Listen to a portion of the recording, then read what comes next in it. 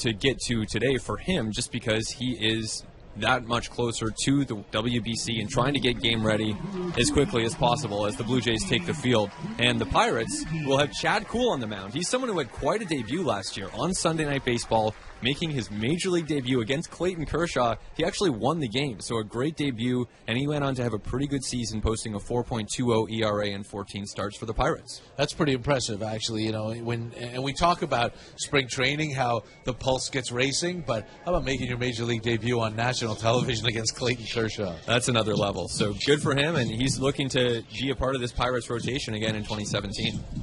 And we'll talk about the Pirates. We'll get a chance to talk about them quite a bit because we're doing 2 straight games with them. But they're really intriguing. The young pitching on this team, specifically the sort of Canadian Jameson Taillon and Tyler Glasnow, who pitched, I think, yesterday and struck out the first 5 batters he faced.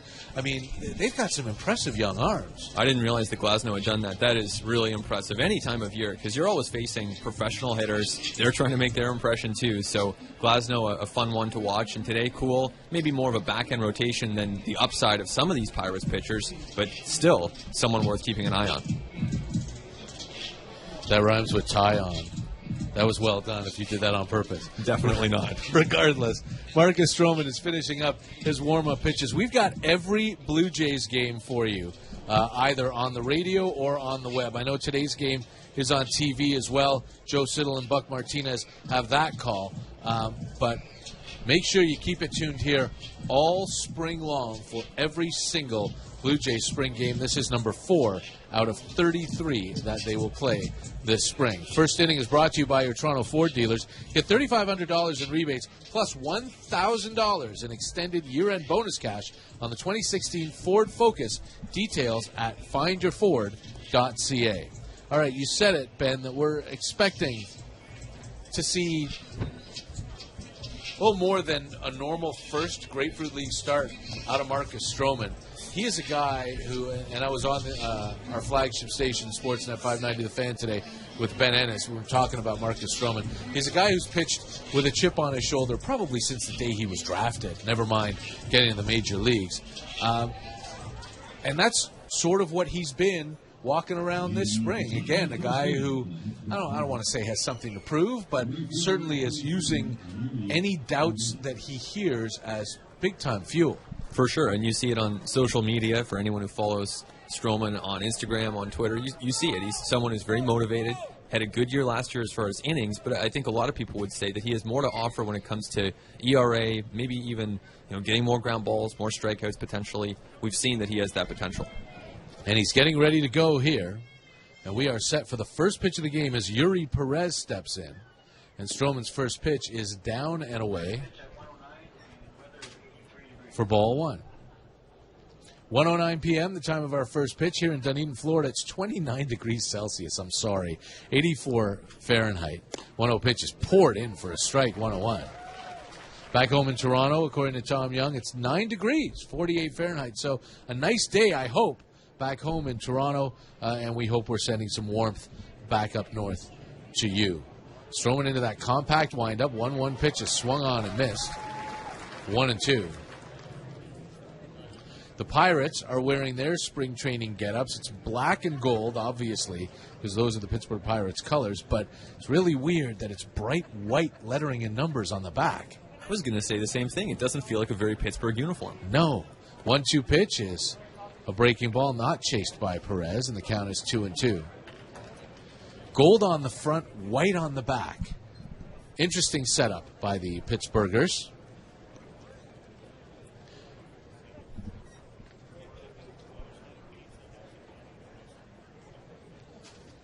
Here comes Stroman. The 2-2 pitch is down and away, and again he doesn't get him to chase, and the count is full. I said it already, and I'll probably say it a few more times. It's a compact windup for Marcus Stroman. He just starts his delivery by moving that front foot backwards, and then a little kick and a fire, and the 3-2 is hit on a line snared by Justin Smoke. Off to his right. A nice grab by Justin Smoke, using all of that 27-foot wingspan. Yeah, exactly. It was a very nice play, and not what you're expecting necessarily off the bat of a right-handed hitter. It goes over to the opposite field, and Smoke reaches out, makes the catch, and Marcus Stroman gesturing over to his teammate there in recognition of a play well made. Yeah, that looked like a line drive that was headed into right field for a single, and a 3-2 pitch at Yuri Perez hit the other way awfully hard off of Marcus Stroman. Now here's Starling Marte. And the first pitch to him is taken for a strike, 0-1. It'll be interesting to see how Stroman works with Jared Saltalamacchia today. New battery combination and someone who's very likely to be that backup catcher for the Blue Jays this year. The 0-1 pitch, swing and a miss, off-speed delivery from Stroman. And Marcus comes equipped with a little bit of everything on the mound. He's got a dazzling array of pitches. An arsenal that when he's throwing for strikes, he is very tough to square up. He misses down and away with that pitch, 1-2. You mentioned that quick delivery. That was even quicker, it looked like. A very quick step to the plate there. And that's one of the things that last spring he worked on as far as trying to keep hitters off balance. Here comes the 1-2 pitch. Bounces in, ball 2, 2-2. And we've seen this now at 2 straight hitters from Stroman. Gets ahead, and then trying to get hitters to chase, has let them back in counts. Again, early spring is the second batter he's faced. You don't expect the stuff to be super sharp. The 2-2, off speed, misses again, low and away, 3-2. But it's easier to lay off those pitches designed to get you to chase if you start them off the plate or if they look like balls out of a pitcher's hand.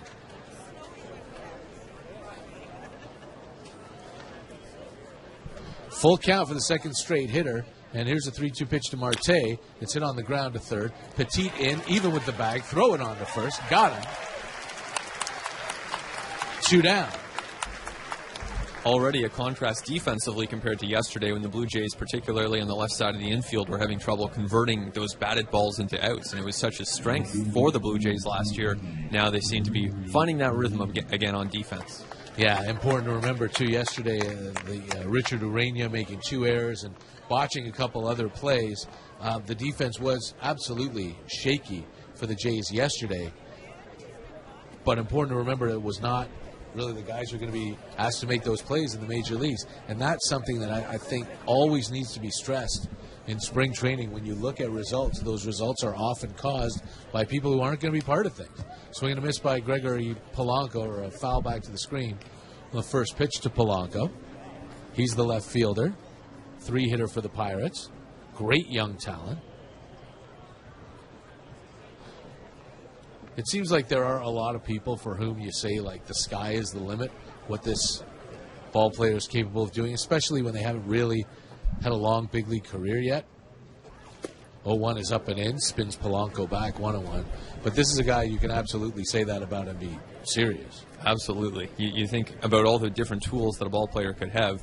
Power, he's got it. He's got hitting ability, speed. He can play defense. So you put all that together, and you can see why the Pirates are very encouraged by him. 1-1 pitch swung on and missed. Marcus Stroman comes at him with a changeup. Stayed straight. Polanco was early. Gorgeous pitch. It's 1-2.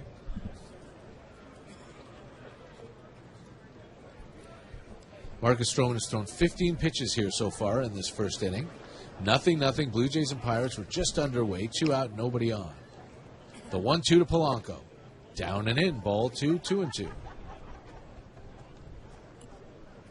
Looked like Stroman was disappointed with himself at missing with that pitch. Blue Jays are 0-3 to start the spring. Pittsburgh Pirates are 2-1. Stroman with a little Johnny Cueto hesitation there and misses outside. Ball 3, 3-2. And in a lot of ways, spring training is the time for experimentation. Here in the top of the first inning, we've seen Marcus Stroman with the hesitation delivery. We've seen him do a little bit of a quick pitch, and it seems as though he's using this as a canvas for him to try to get ready for that season. Yeah, he did it last spring, too. Here is a full count pitch to Polanco, and it is strike 3 called. Marcus Stroman goes to a full count on everybody, but has a 1-2-3. Top of the first. We go to the bottom of the first. It's the Pirates 0 and the Blue Jays coming up. You're listening to Blue Jays Baseball on the Sportsnet Radio Network and MLB.com. in here Monday through Thursday. Exactly. With us in the booth. We're looking forward to that. Here in Dunedin for 3 of those games. Today, obviously, Wednesday against the Tigers and Thursday against the Phillies. Also, tomorrow we will be in Bradenton, Florida, down the road at Lecom Field. The newly minted Lecom Field, amid some controversy, by the way, in Bradenton. We'll have to hear about this. Yeah, well, I'm sure we'll get into it more tomorrow, but it used to be called McKechnie Field. It's been McKechnie Field as long as I've been coming down to spring training, and this is my 17th spring training. Named after, I believe, a civic leader in Bradenton. And this year they sold the naming rights, and they didn't tell the McKechnie family. And there was they were not happy about that. Kevin Pollard takes a first pitch strike from Chad Kuhl. Here, starting off the bottom of the first, 0-0. Blue Jays and Pirates. Kuhl, the tall righty. His 0-1 pitch is swung on and hit back to the mound. Kuhl quickly off the mound to get it. Flipped to first to John Jaso Jingleheimer Schmidt. And there's one away. Now, here's a quiz, because I said it in between innings. Do you remember what LECOM stands for? No. What does it stand for? Lake Erie College of Osteopathic Medicine. Wow. They were the big winners. Field. That's right. They bought themselves naming rights to a ballpark. Who knew? Here's Jose Bautista, 2 for 3 yesterday. Takes a first pitch strike from Kuhl. And I said yesterday on the Twitter, Ben, it would have been weird, very weird, not to have Jose Bautista in camp this year. Almost more so than not having Edwin. The 0-1 pitch is down and away 1-1. But I thought, you thought, pretty much everybody thought that the marriage was over after last season. Yeah, absolutely. I remember at one point we were on Jeff Blair's show estimating what the chances were of a return. 1-1 pitch to Jose is down and away. And I think this would have been in December. I think I said less than 2%. Yeah, something like that. I'm sure I was there, too. Yeah, and it's pretty remarkable. But here he is, and I think the reception that he's gotten so far from teammates and fans suggests he's really welcome back. He swings and he fouls that ball right back to the screen. He left, but he didn't. He was a free agent available to any of the 30 teams in the major leagues, but back here it's as though the continuity continues. And he's going to be a big, big part of what the Blue Jays are trying to do this year. 2-2 pitch, swung on, fouled away. Breaking ball that got in on him, and Jose was just able to steer it into the seats to stay alive. Yeah, that wasn't a home run swing right there. A bit of a defensive effort to just foul the ball off and prolong the at-bat here against Kuhl. Bottom of the first, 0-0. Jays and Pirates, a gorgeous day in Dunedin. 2-2 pitch is low. Half swing, he does not go. Jacob Stallings, the catcher, wants a check at first, but home plate umpire Marty Foster says not so much. And the count is full. Fifth batter of the game, fourth with a full count on it. The pitch is popped foul out of play. That got right in Bautista's kitchen. And he's able to fight it off. Jose Bautista and Marcus Stroman, the two guys in this game who will be playing in the World Baseball Classic, so they kind of want to ramp up their preparation a little hotter than most. That's why Jose's playing in back-to-back games. And he takes strike 3. Good breaking ball there from Chad Kuhl that froze Bautista. And by the time he saw that was going to come back into the strike zone, it was too late. Yeah, and even if he's striking out, he can still get the chance to look at live pitches. Yesterday, he seems to have his timing down, hitting a couple balls really hard. That's important for him, not only as he prepares for the season, but in the WBC, he's in a pool that's going to include some very good pitching, and this is a chance to warm up for that. Yeah, like Ryan Dempster and Eric Gagne. I was thinking more Julio Teheran and Jose Quintana. Jared Saltalamacchia, the switch-hitting catcher, takes the first pitch. Low from Chad Kuhl. 2 out, nobody on. This is Saltalamacchia's first at-bat here in front of the crowd in Dunedin. He played yesterday in Tampa. 1-0 pitch is swung on and missed, 1-1. And I don't know about your first impressions, but mine, at least seeing him behind the plate in that first inning, this is a large human being. Very. Homered yesterday in the split squad game against the Yankees as well. 1-1 pitch is a strike called, 1-2. He takes up a lot of space behind the plate. And it can often be tough for guys like that to be that agile back there. So we'll see how the defense goes. 1-2 pitch is high, ball 2. He's not noted as an especially great defensive catcher. The value comes in the bat. Yeah, exactly. And he is a big guy, like you were saying, especially compared to Russell Martin, even other Blue Jays catchers like Josh Tolley, Gianna Navarro in recent seasons. 2-2 to Salty is outside, and the count is full. He even looks big compared to Justin Smoke, and that's saying something. Back-to-back switch hitters in the lineup here in Saltalamacchia and Smoke. Full count pitch. Swung on and missed. Saltalamacchia strikes out. So the first inning goes 3 up, 3 down for each side, and we go to the second. 0-0, Blue Jays and Pirates. You're listening to Blue Jays Baseball on the Sportsnet Radio Network. New Scott's Long Response 911. Right now, so I'd love to hear from some of the far-flung listeners that we have. Let me know where you are. Where does this signal reach? I mean, I know where it reaches, but where are people actually listening? So hit us up on Twitter and let us know. And if you have any questions, too, you can tweet us, and we might see if we can answer them during the broadcast. So here's Marcus Stroman for the top of the second through 18 pitches in the first. And his first pitch to David Freese is a called strike, 0-1. Stroman was ahead of every batter he faced in the first inning, and each time they wound up working back to a full count. Jared Saltalamacchia gets good and low behind the plate there to take that breaking ball, and it misses low. Ball 1, 1-1. Had one knee on the ground there. Here's a 1-1 pitch. Down and away. Ball 2, 2-1. Setting the Blue Jays defense for you. Stroman on the mound, pitching to Saltalamacchia. Justin Smoke is at first with Darwin Barney at second. Ryan Goins at short. Gregorio Petit at third. And there's a ground ball back over the mound. Stroman reaches up, makes a play throw to first. Looking like a wide receiver going back on a ball like that. Very nice play by Marcus Stroman for the first out. Yeah, showing off that athleticism there by Marcus Stroman. Really nice work by him to get off the mound and stay with the ball as it goes back toward second base, where Darwin Barney might have had a shot, but that was probably the Blue Jays' best chance to get the out.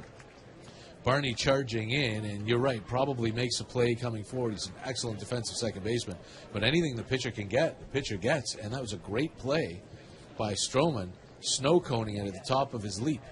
Now as John Jaso stands in, dreadlocks are flowing, Stroman taps himself on the stomach and gets going and delivers a first pitch. It's swung on and missed 0-1. Sometimes in a regular season game, after a play like that, you'll see the catcher go out, give a pitcher a chance to get a breather. 0-1 to Jaso, tapped foul. I like a lot of what John Jaso does, not just with the hair and with the name, because it's awesome that you can call him John Jaso, Jingleheimer, Schmidt. But this is a guy with tremendous plate discipline. This is a guy who's not afraid to hit deep in counts, a guy who gets on base a ton. Wacky batting stance, swings and misses, and Stroman strikes him out on 3 pitches. Yeah, that's really the ideal matchup for Jaso. Against a right-handed pitcher, he's able to get a good look at the ball, and he's an on-base machine every single year. Last year, again, up over 350. So a very useful piece for a Pirates team that can't necessarily afford to go out there and spend huge money on free agents. Yeah, and it's interesting to see where he's going to fit in this year, because your outfield is full, which means that Josh Bell, if he's going to play, is going to play first. Here's Chris Bostic, who takes the pitch down for ball 1. You've got Starling Marte, Andrew McCutcheon, Gregory Polanco in your outfield. And Jaso played first base for them every day last year until Bell came up around August. 1-0 is in there for a strike, 1-1. But Bell played a little bit of the outfield. Jaso, I don't know if you can put him in the outfield. He certainly can't catch anymore because of the concussion issues.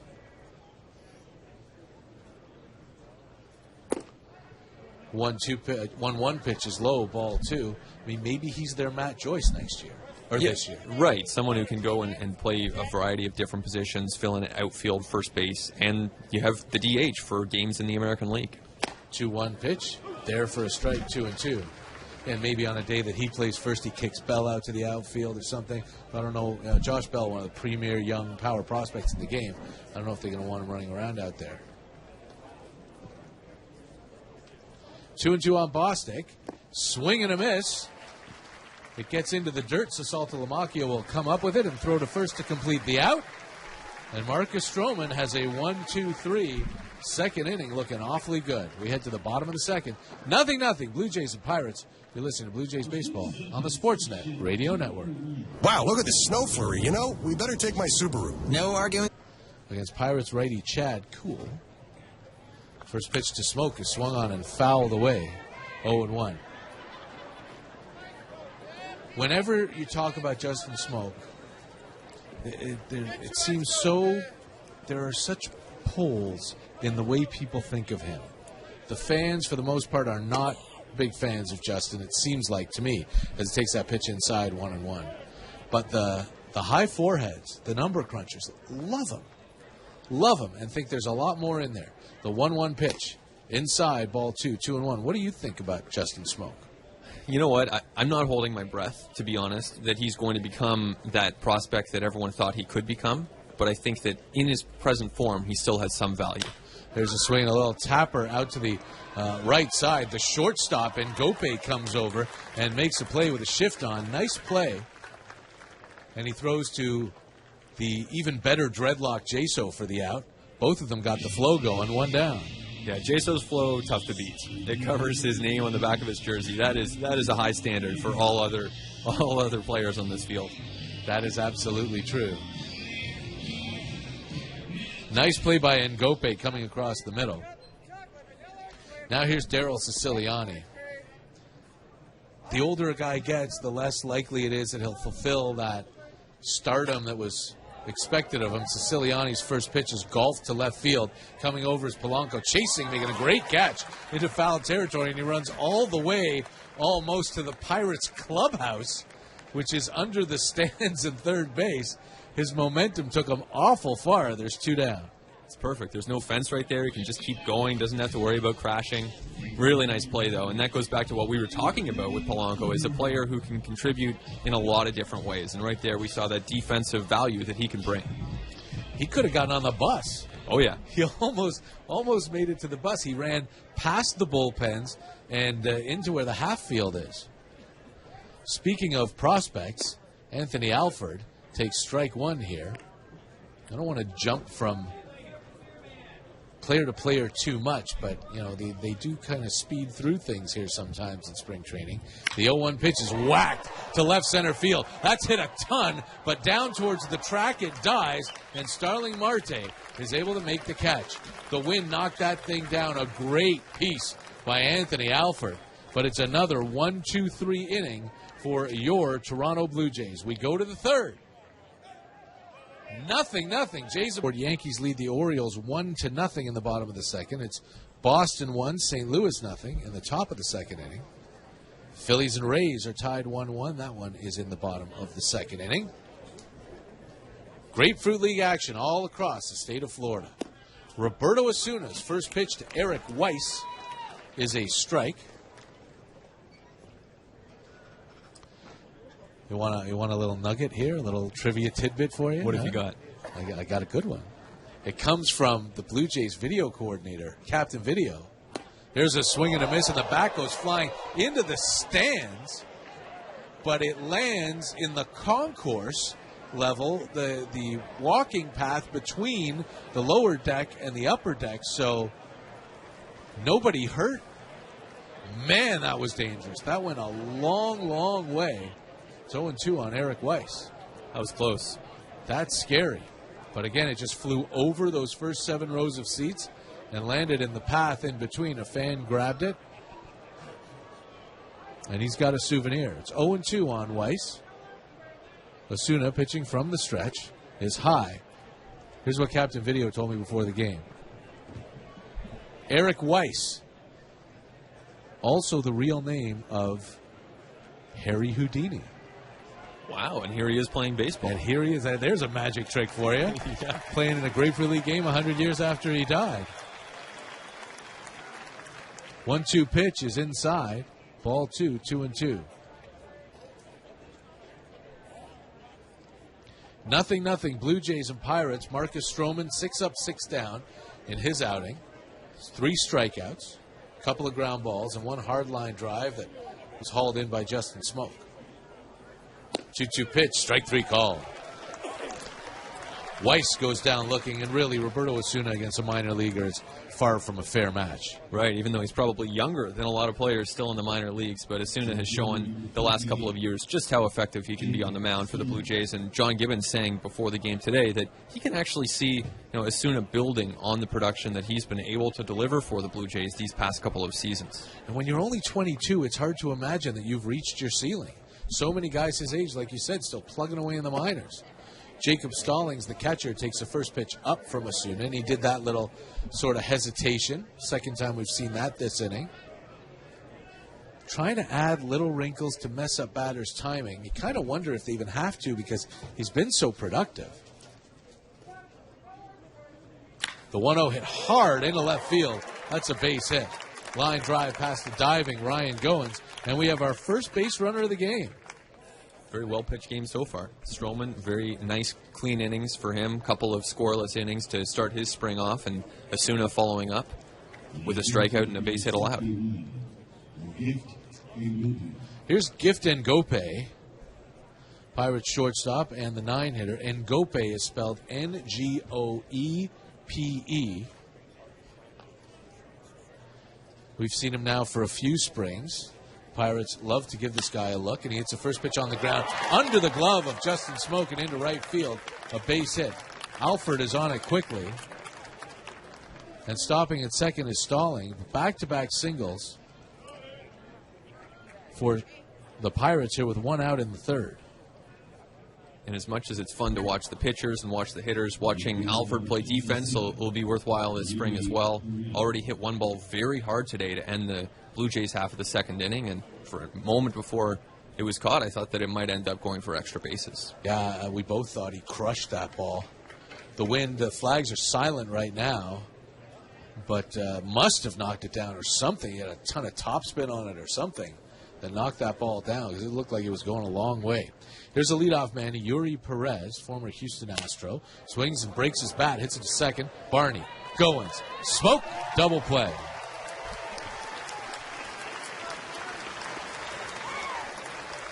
So Roberto Osuna gives up a couple of one-out singles and then gets a one-pitch DP ball to get out of it. The Pirates get the first two hits of the ball game but don't score, and we go to the bottom. .ca. This is Toronto Blue Jays baseball on the Sportsnet Radio Network.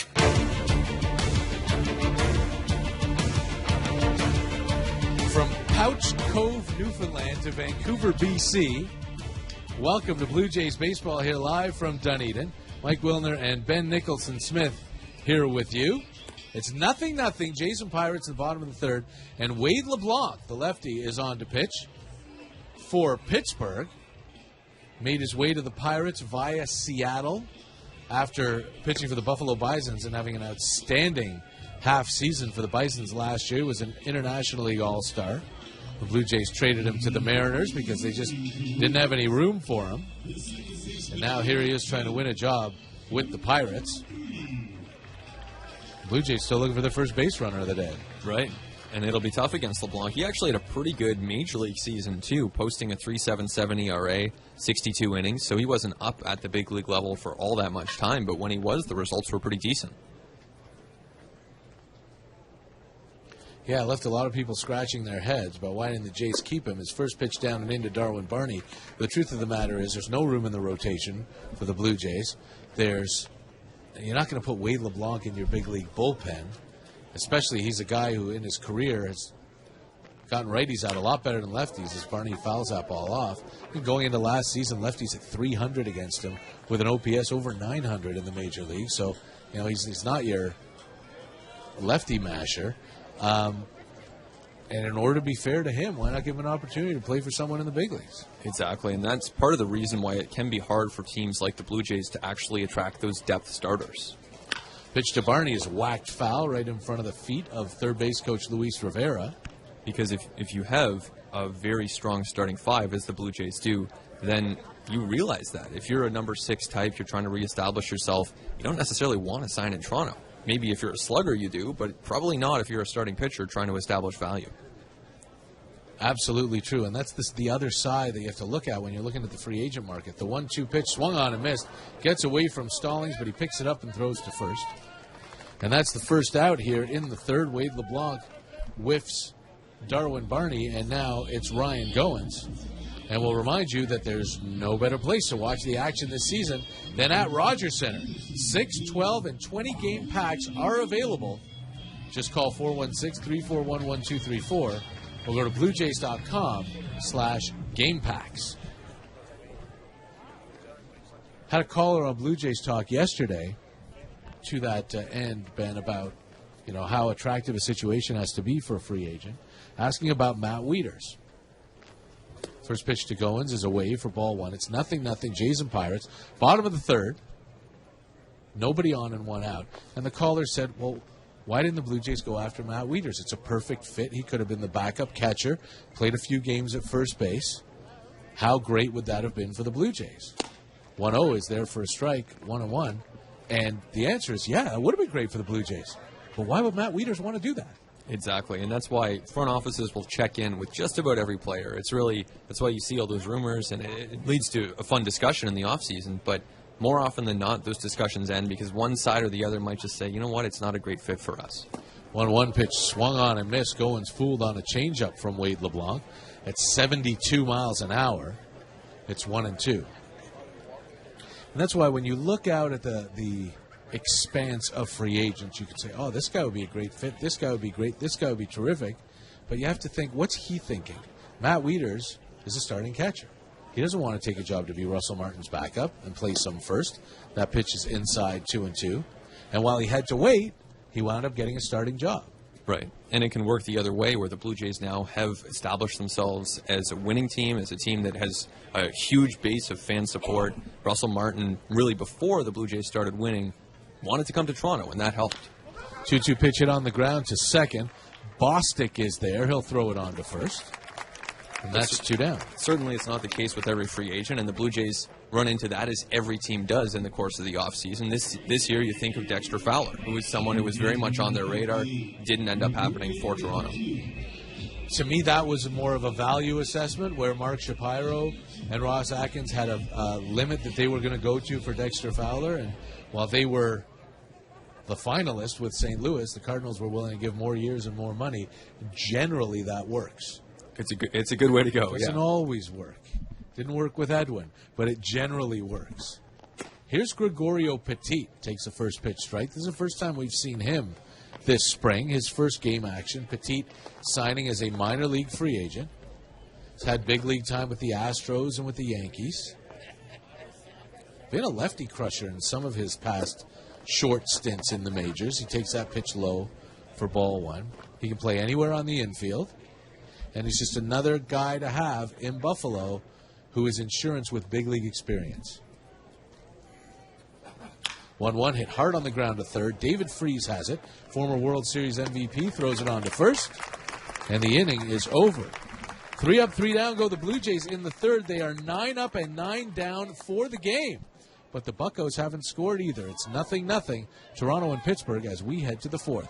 You're listening to Blue Jays Baseball on the Sportsnet Radio Network.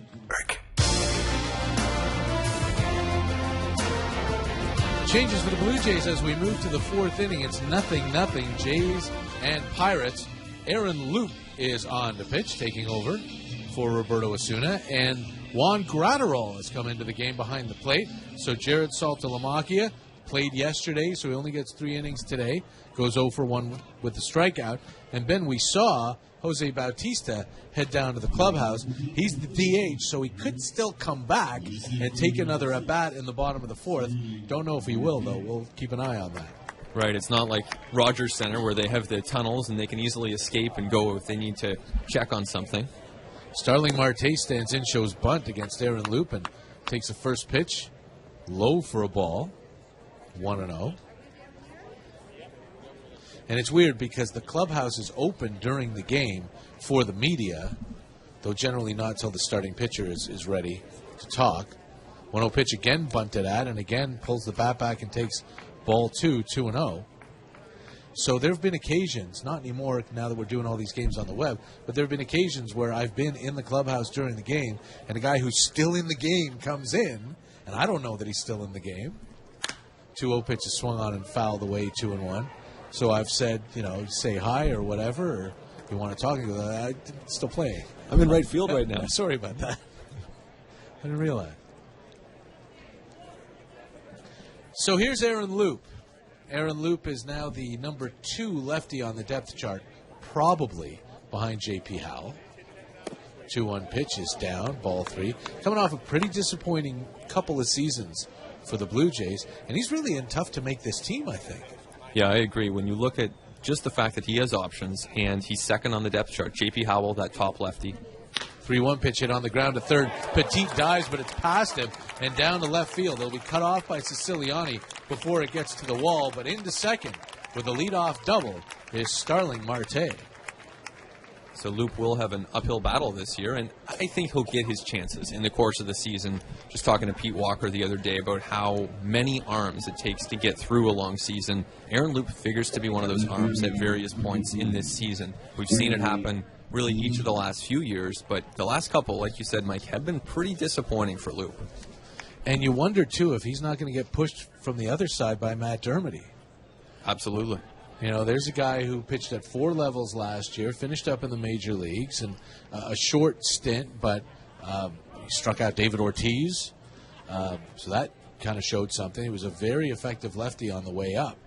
So Loop now, instead of being the guy behind Brett Cecil, is the guy behind J.P. Howell, and maybe even with Matt Dermody as he misses ball 1 outside, 1-0.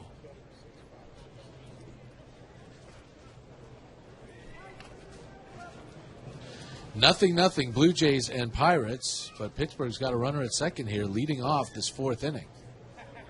Pitch to Polanco is outside, ball 2.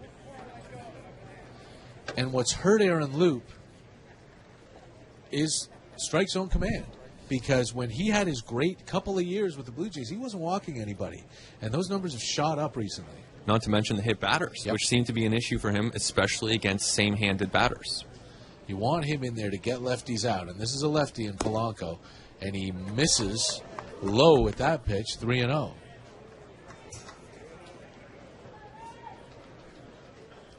And again, you can't pour too much on one spring outing, but what you want to see out of Aaron Loop is him being aggressive against left-handed hitters and making them look silly with that sidearm delivery. And he misses inside and walks his lefty, Polanco, on 4 pitches.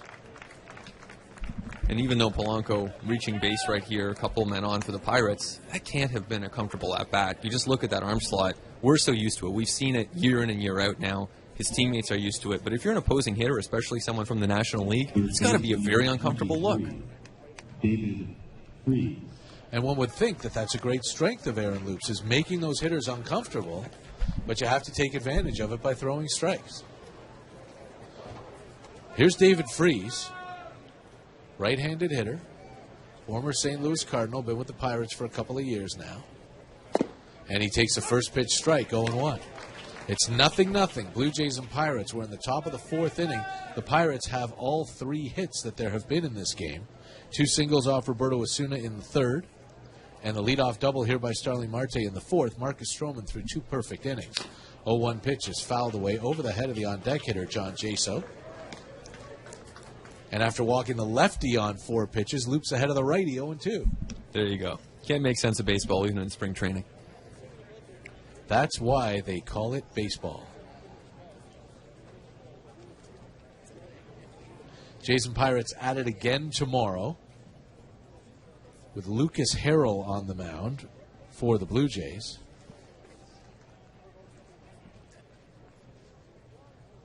Threw a perfect inning on Saturday in the opener. There's a swing and a miss, and Freese goes down on 3 pitches.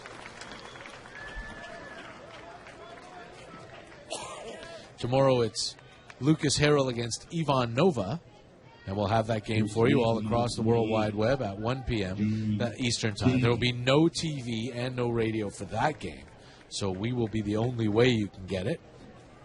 And it'll be silly for me to tell people who are listening right now to get the MLB.com audio package, because you already have it, but tell all your friends. John Jaso, first pitch swinging, fouls it straight back, 0-1. Another left-on-left opportunity for Aaron Loop here, with runners at first and second and now 1 out in the top of the 4th. After Lucas Harrell pitches tomorrow, the Blue Jays will get into their regular rotation. And the 5 starters who are expected to be on the Major League team will start starting. There go the runners. It's a strike call. Throw it down to third late. A double steal executed by the Pirates. A great jump off of Aaron Loop by Starling Marte. And Saltalamacchia really had no chance there. Yeah, it was a really nice bit of aggressive base running by the Pirates, and the throw was just a little bit too far to the second base side at third. So Petit really didn't have the chance to make a good tag on the throw by Gratterall. But it's 0-2 on Jaso, a little more important here. And the pitch is swung on, hit in the air, center field deep.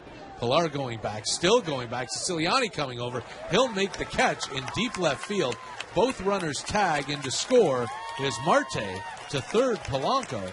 And the Pirates take a 1-0 lead on a sac fly by John Jaso. It was a well-hit ball into the gap there, and we saw both outfielders really have to move quickly to converge and try to make that play. Pilar moving very quickly. For a while, I thought he might be the one to make the catch, but it turned out to be Siciliani. And again, when something like that happens, we take a look at the wind, but a left-handed batter hitting the ball the other way, it's always going to slice towards left field. Pilar just has so much range, as we know so well. He almost got over to get that in left center. Left center. And the first pitch strike from Aaron Loop to Chris Bostic. So Loop gives up the leadoff double, then the walk, strikes out Freeze, and gets a fly ball from John Jaso, but allowing the double steal allows Pittsburgh to score a run. There's a swing and a foul off. 0-2. 1-0 Pirates. The Blue Jays looking for their first win of the spring. They lost Saturday at Disney World to the Atlanta Braves 7-3. And a couple of losses yesterday. 0-2 is high. Ball 1-1-2. Actually lost 7-4 to the Braves in that game. Yesterday here, they lost 10-3 to the Phillies, and in Tampa, 7-2 to the Yankees. Here there's a runner at third with 2 outs. Jays down 1-0. The 1-2 pitch is down and in. Ball 2, 2-2. To Loop's credit, in the last few batters, he has been throwing more strikes and attacking the zone a little bit more than he was early this inning. Loop comes set. 2-2 pitch. Swung on, hit foul. Wide of third. And Bostic stays alive.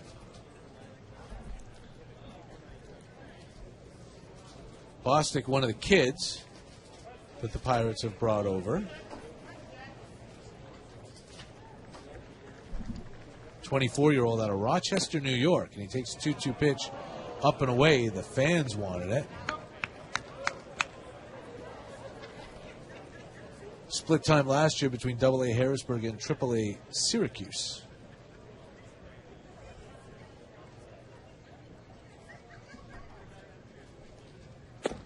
3-2 pitches inside, ball 4.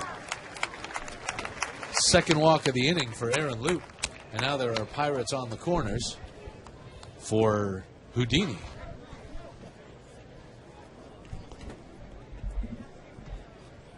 Another left-handed hitter here, so at least Loop is getting a lot of looks against those same-handed batters. You have to think that if he is on the Blue Jays roster at some point this year, he's probably going to be used more often than not in those situations. I don't think the Blue Jays want him facing a lot of right-handed batters. Absolutely. He's in there with a strike on the first pitch to Eric Weiss. This is the third lefty he's faced in the inning. He walked Gregory Polanco on 4 pitches and gave up a sac fly to deep left center to John Jaso. Of the 3 righties, there's been a walk, a double, and a strikeout. There's another strike poured in against Weiss, 0-2. And this is what we want to see, right? Attacking the lefties, not messing around. Just go get them. Runners on the corners, 2 out, top of the 4th, 1-0 Blue Jays, trailing the Pittsburgh Pirates. The 0-2. Strike 3 call. Weiss goes down looking for the second time today. And the inning is over, but not before the Pirates get a run on a hit, a double steal, and a sacrifice fly. We go to the bottom of the 4th. Blue Jays trailing Pittsburgh 1-0. You're listening to Blue Jays Baseball on the Sportsnet Radio Network and MLB.com/cars today. Kevin Pillar stands in to lead off the bottom of the fourth inning, and he takes a first pitch ball from Wade LeBlanc. Jose Bautista is out on deck, so he came back from the clubhouse. He's the DH. He's allowed to go do whatever he wants while the Jays are on defense. 1-0 pitch is in there for a strike, 1-1. And they do that during the regular season, too. We just can't see it. Absolutely. Checking video, taking a few swings on a tee, potentially. Having a granola bar. If you're Pablo Sandoval, maybe liking some Instagram photos. He has that low market. ball, too. He's the only one to do that, as far as we know. That's right. As far as we know. 2-1 on Kevin Pillar. The Blue Jays 9 up, 9 down to start the game. First 6 against Chad Kuhl, the next 3 against LeBlanc. Pillar swings and fouls a pitch off. He went way up and away to get that one. That was ball 3, and now it's 2-2. Yeah, and Pillar's plate discipline definitely worth watching. I was talking to him the other day about his approach for the season. He is really focused on trying to stay healthy, stay on the field, because he's aware. 2-2 is inside. Aware of how much of a difference that can make, having seen Russell Martin, Josh Donaldson grind through the entire season, and he's done that too, to his credit. Only 39 players have played in more games than Pillar in the last 2 seasons. 3-2 pitch at hard and foul behind Luis Rivera down the third base side. Ben, you wrote a feature on Kevin Pillar, a story that's up on sportsnet.ca talking about just that. And it's interesting. You said stay on the field, stay healthy. He's done a great job of staying on the field. He hasn't done a great job of staying healthy. Yeah, exactly. And that's where that difference can exist and make a big difference. Full count pitch to Pillar. Low ball 4. Kevin Pillar draws a walk to lead off this bottom of the fourth inning, and he is the first Blue Jays base runner of the afternoon. Yeah, Pillar worked with the Blue Jays high-performance team in the offseason, trying to build functional strength, and that's what he described to me as essentially ways to have strength that can impact a game. So not just strength for the sake of having, you know, a nice photo on Instagram or you know, to be able to lift a certain amount of weight, but actually having strength that can help him in games. So he was working on that, had thumb surgery, and now he's feeling good. First pitch to Jose Bautista, off-speed delivery, and Jose sitting dead red on a fastball takes it for strike 1. Pillar played 159 games in 2015, but played through a broken finger in the month of August. Last year, spent some time on the DL, still played 146 games, which is amazing because the DL is 15 days. The 0-1 pitch is outside, 1-0 to Bautista. But last year he played through that thumb injury that required off-season surgery. So hopefully the addition of the functional strength, the extra functional strength will help. But it also helps it right now. You see he's wearing that oven mitt on his left hand. Wears a shin guard at the plate now when he didn't used to do that. Takes his lead. He's measuring up LeBlanc. Tough to run against the lefty. And a throw over to first to check on Kevin. And it's not really his style to ease up. I mean, we've seen that enough times in the course of this last few years to know that he's a player who goes all out. But I think at this point of spring training especially, he's aware of the fact that he's got to wait. He's got to be patient to be as productive as possible all year. Bautista fouls that pitch off. It's 1-2. He told me on Saturday, we had him on in the pregame, that he is going to stay on his feet a lot more during spring training. But once the season starts, he will go back to playing the outfield with, as he said, no regard for his health. Pillar takes the lead off first. He led off this bottom of the fourth with a walk. Jose Bautista stands in, and the 1-2 is away. Count is even, 2-2. 1-0 Pirates over the Blue Jays. The Pirates have out-hit the Jays 3-0. There have not been any errors committed. And the wind's starting to pick up out to left field a little bit, so Bautista likes that. The 2-2 pitch swung on and missed. LeBlanc strikes him out with the high cheese at 85. Yeah, that's not a pitch that Jose Bautista would want to be swinging at in the regular season. Or if he does, he'd want to be hitting it over the left field wall. But a little bit outside of his zone. We're used to seeing Bautista so disciplined, so set in what he expects out of himself as far as laying off pitches outside the strike zone. That is a pitch that Jose Bautista usually either takes or hits 480 feet. Now here's Juan Gratterall, catcher, came over on waivers, a throw over to first to check on Pilar. Gratterall took over for Jared Saltalamacchia back in the third inning. You know that LeBlanc is not going to gear up and throw it in the mid-90s. So you're sitting and you're sitting and you're sitting, and there's a quick throw over to first. LeBlanc has a great move, and he finally showed it there.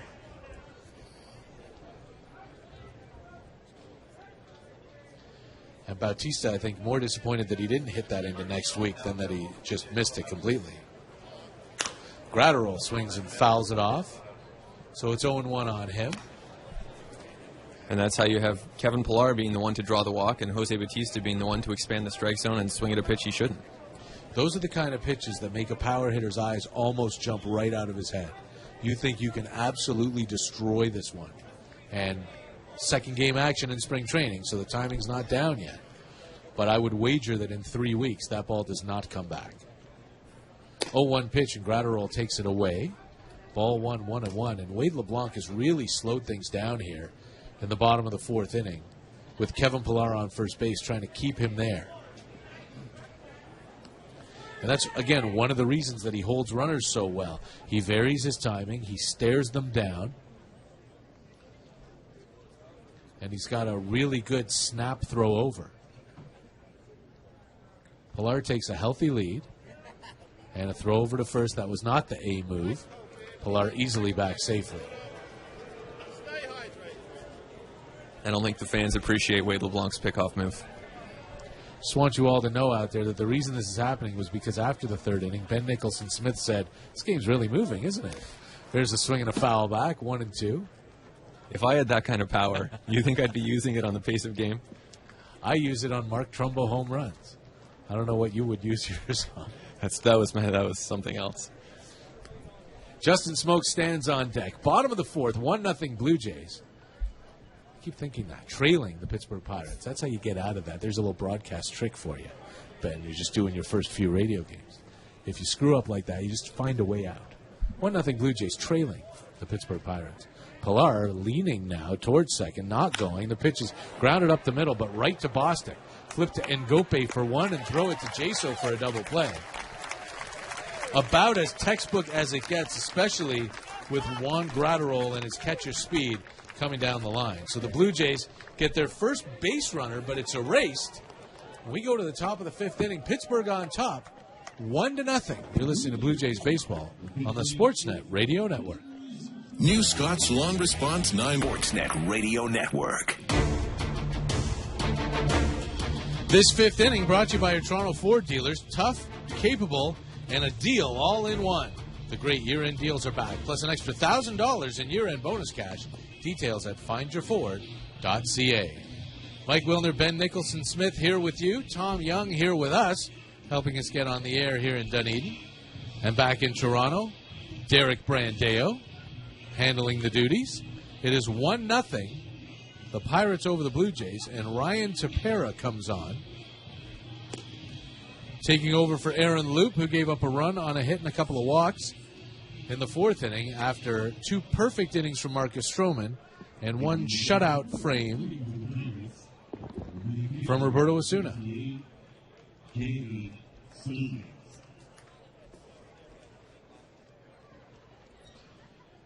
Tepera will face the 8-9-1 hitters in the Pirates lineup, starting with the catcher, Jacob Stallings. And Stallings was the first base runner of this game.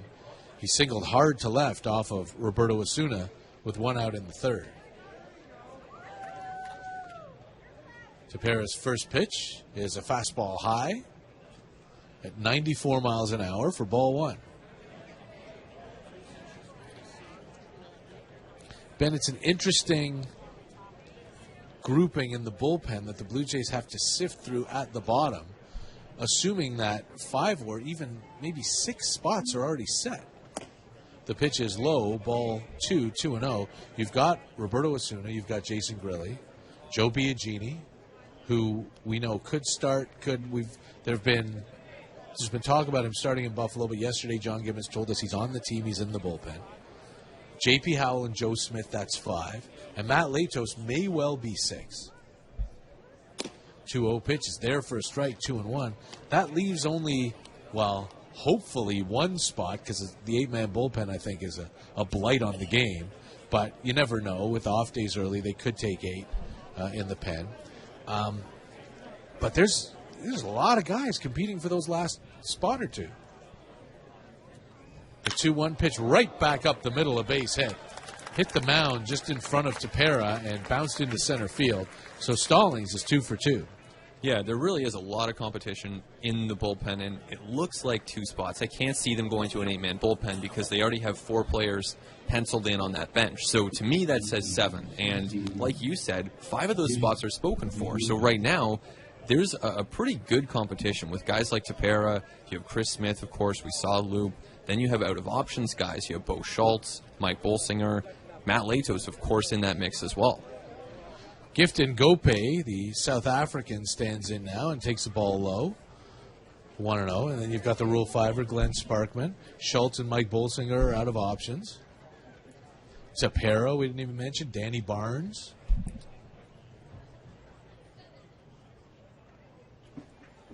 1-0 pitch is foul back. Now, there is a danger in getting too hung up on the April 3rd roster, right? Because it is so fluid and it can change all the time. And you mentioned earlier, they're going to need a lot of pitchers out of this bullpen. So you almost automatically think Tepera and Barnes have options. They can't make this team. Chris Smith, too. Yeah.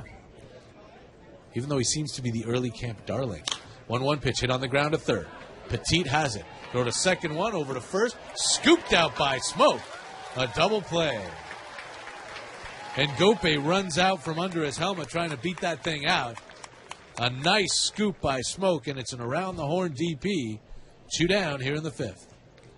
Nice bit of defense there by the Jays. And backing up Tepera, who, should be another one of those names who helps the Jays out at some point. Looking back at his season last year, it's almost easy to forget, but he had a 2.95 ERA, only made 20 appearances, but he was pretty solid. And we've seen that whenever he's been up at the big league level, he's been a pretty useful reliever. Not the kind of guy who's going to necessarily shut people down for extended stretches, but still has value. Here's the leadoff man, Yuri Perez. He takes a first pitch strike and has value, and especially as like a 6th reliever, right? This is a guy, Tepera, who is so much better than almost everybody at the bottom of every other bullpen. There was a 96-mile-an-hour fastball right there. Here's the 0-1. He bunts through it, 0-2.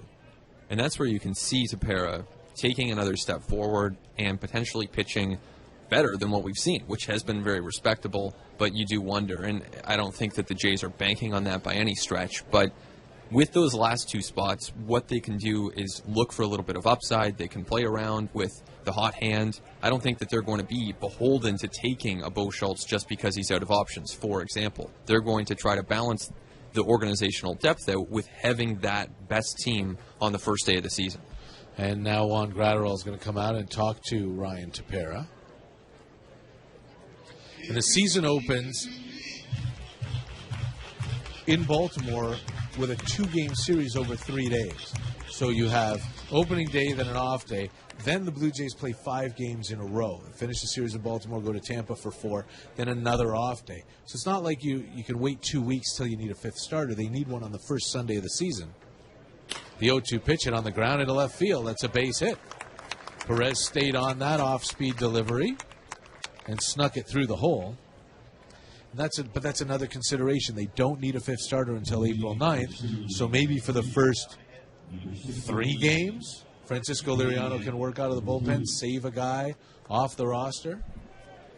A pinch hitter here for Starling Marte. It's Danny Ortiz.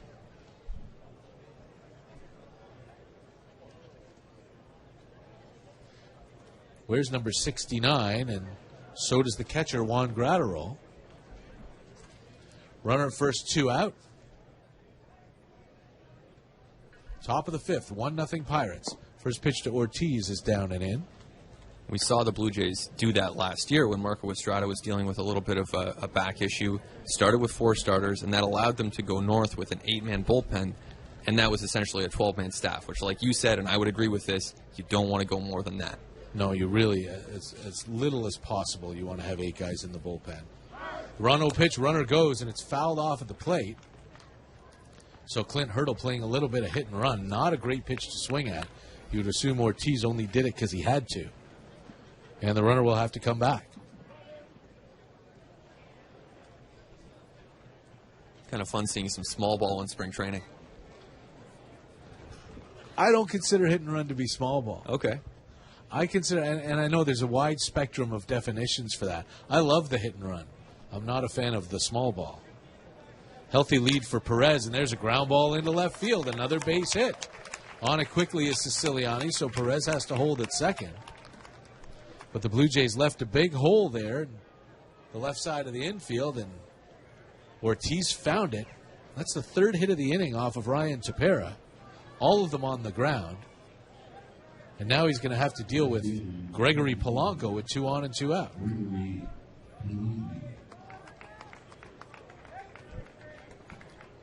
Tough matchup here for the right-handed throwing Tepera, but the Blue Jays have liked Tepera in the past against left-handed batters. A little bit more than your traditional right-handed reliever. I believe he has a cutter that allows him to confuse left-handed hitters such as Gregory Polanco. Yeah, that's the great equalizer, the cutter for the righty against left-handed batters. Looks like a fastball and then just dives in on you. And that one dove in a lot. And Polanco bicycles out of the batter's box to get out of the way. 1 ball and no strikes. Perez is at second. Ortiz is at first. 2 out here in the top of the 5th. The Blue Jays trailing the Pirates 1-0. They've been out hit 6-0 at this point.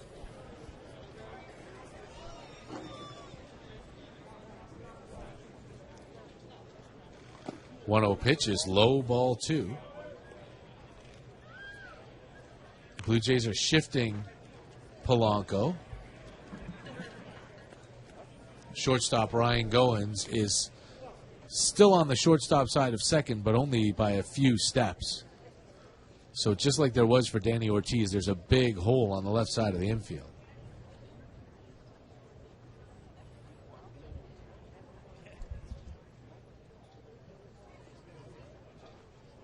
Tepera comes set, checks the runner at second. The 2-0 pitch, there for a strike. 2-1. Another off-speed delivery from Tepera. We've seen the 96s, but we've also seen the 87s.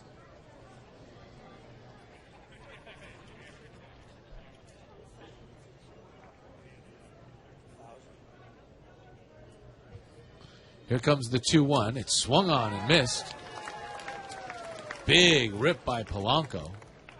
Sitting fastball, didn't get it. It's amazing how 88 can look slow, but he's been throwing 96, and all of a sudden the change in speed is enough to throw off the hitter's timing and ours too.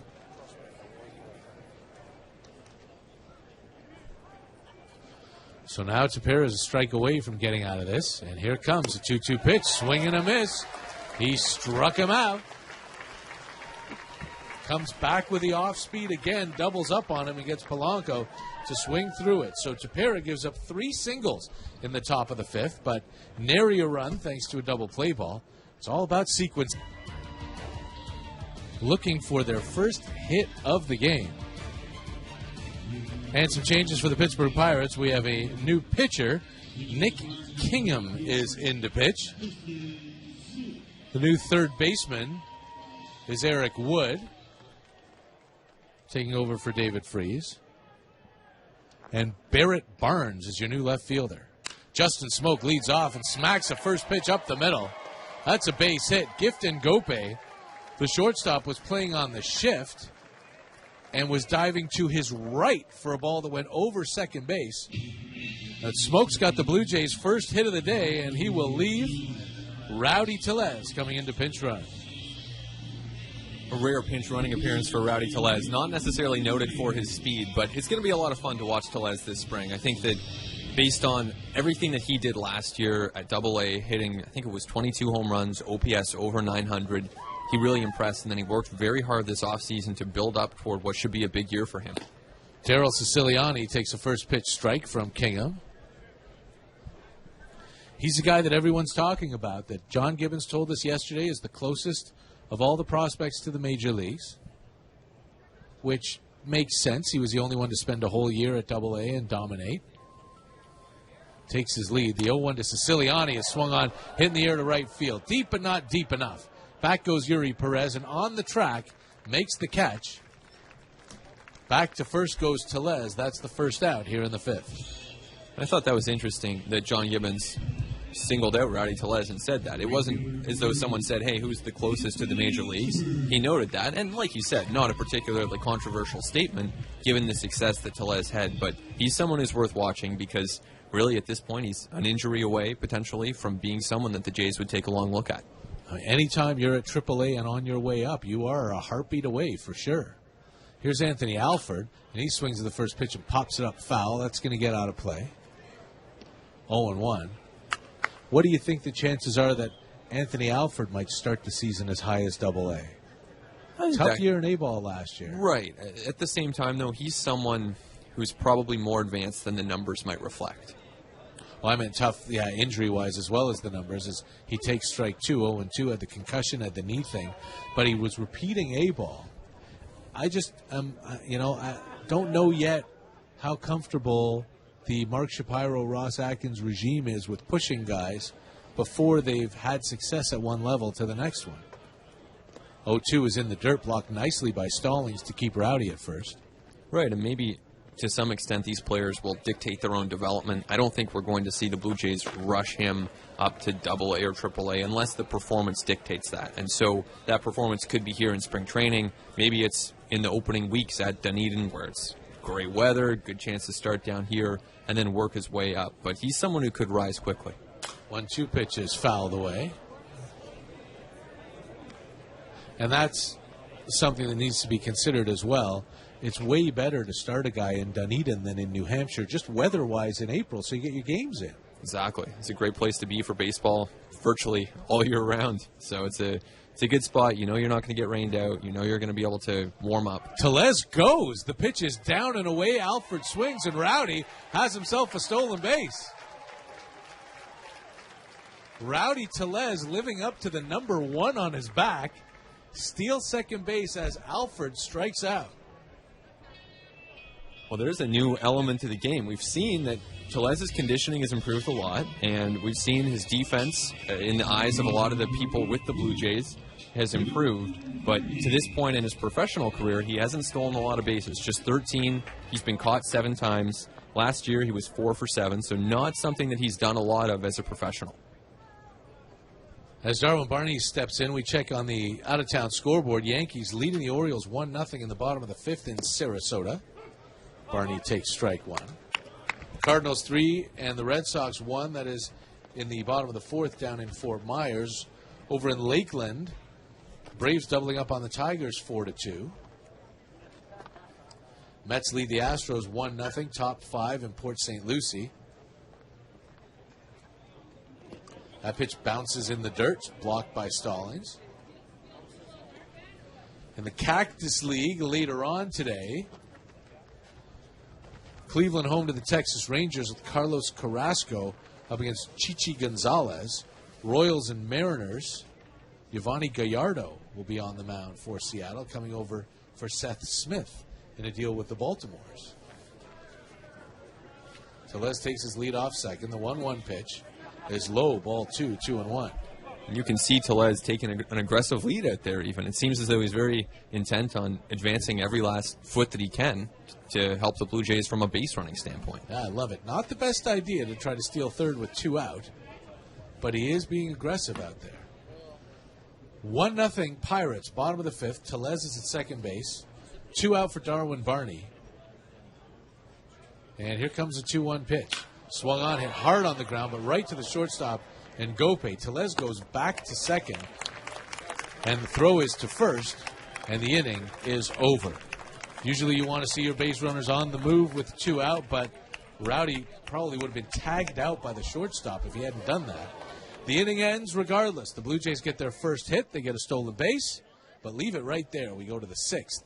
1-0 Pirates. You're listening to Blue Jays Baseball. Hi, this is Aaron Luke. You're listening to Blue Jays Baseball on the Sportsnet Radio Network.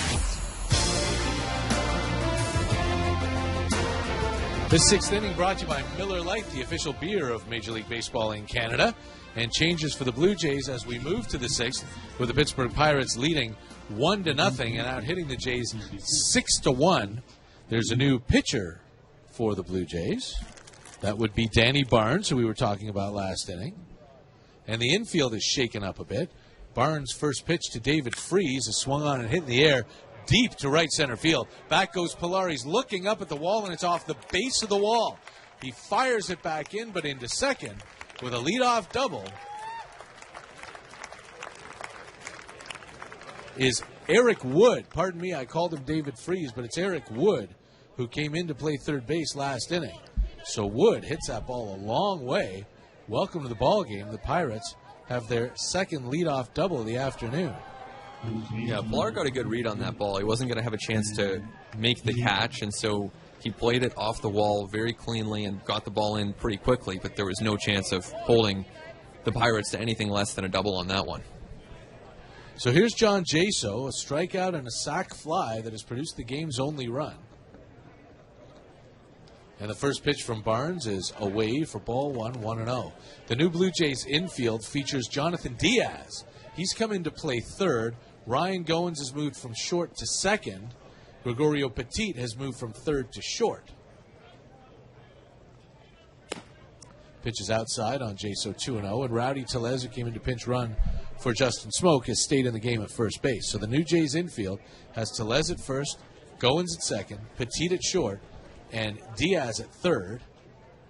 So the odd man out there is Darwin Barney, who was 0 for 2 today, like most of his teammates. There's a strike called on Jaso, 2-1. The Blue Jays have only one hit, a single by Justin Smoke, leading off the fifth. The Pirates have 7, but so far they've managed to turn them into only 1 run. 2-1 pitch to Jaso, swung on and chopped up the middle. Goins to his right, has it throw to first on the run, and makes a tough play look so easy. One away, down to third goes Eric Wood. Yeah, really nice play by Ryan Goins, and we've gotten so used to the defense the last few seasons, you can take it for granted. At any position around the infield, he can really contribute, even the outfield, even the pitcher's mound when asked. He's very versatile, and that's a key piece for the Blue Jays, or has been at least the last couple of seasons. Yeah, and he's in a real roster crunch too, Ryan Goins is.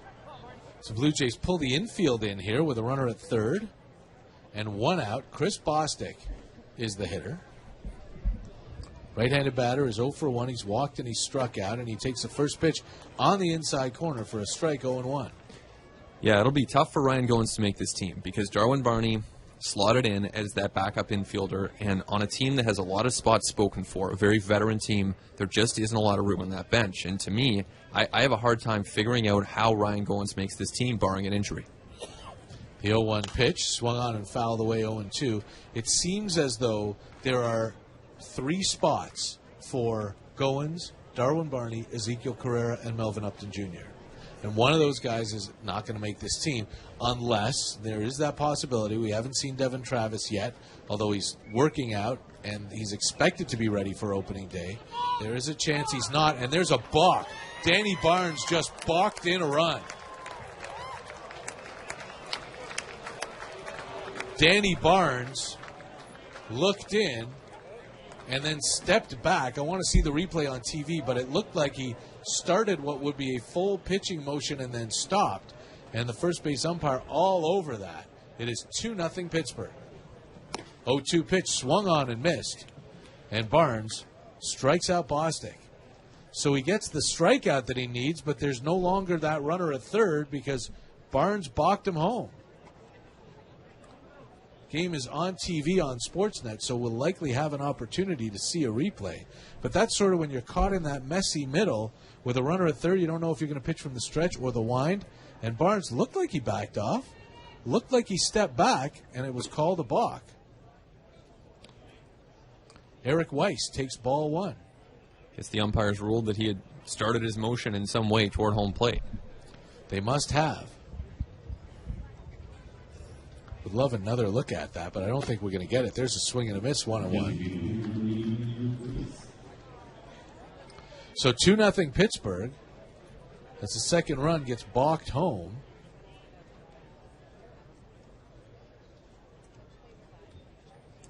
Nobody on, 2 out here in the top of the 6th. 1-1 pitch. Outside, ball 2. Gratterall wanted it, held it there for a second, but Marty Foster was not biting. Blue Jays have only 1 hit this afternoon. Gorgeous day here in Dunedin, and we're thrilled to be bringing you the game across the interwebs. There's a swing and a miss, 2-2.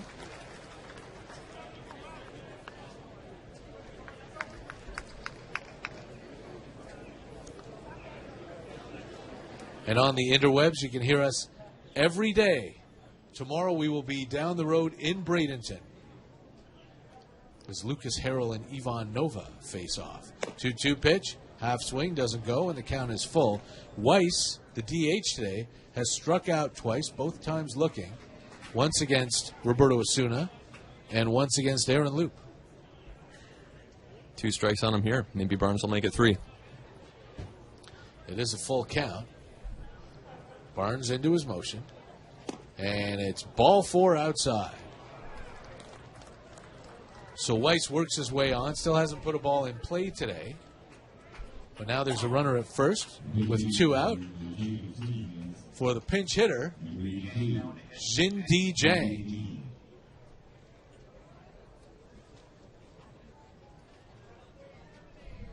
He will more than likely stay in to catch. Zhang, spelled Jhang.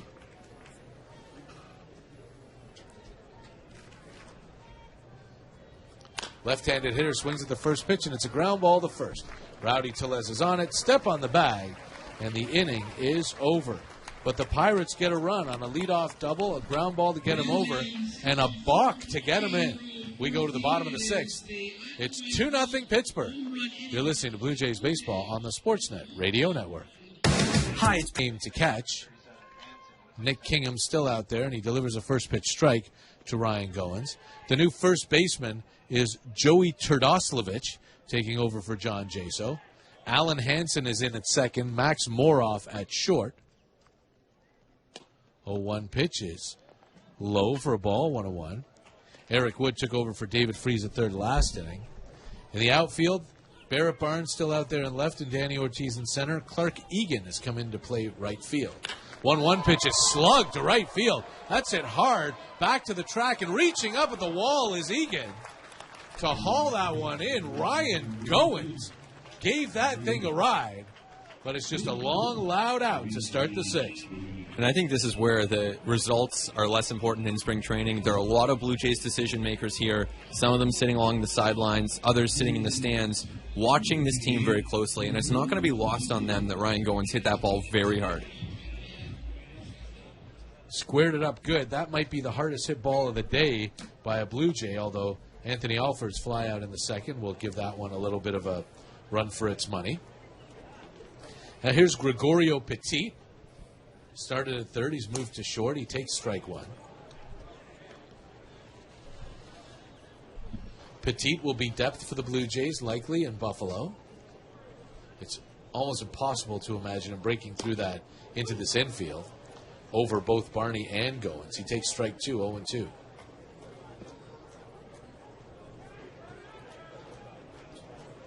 Two-0 Pirates. We're in the bottom of the 6th.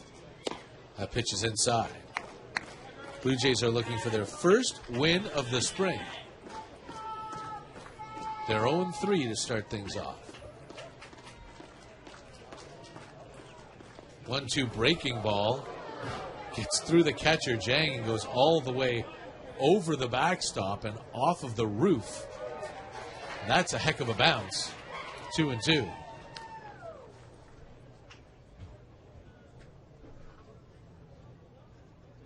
Petit wears number 58, and he fouls that one off over our heads. 32 years old, out of Venezuela. He's played parts of 5 seasons in the major leagues, though never more than the 89 games he played last year with the Angels when he hit 245. 2-2 is strike 3 called. Fastball right down the gut that Petit took for the second out.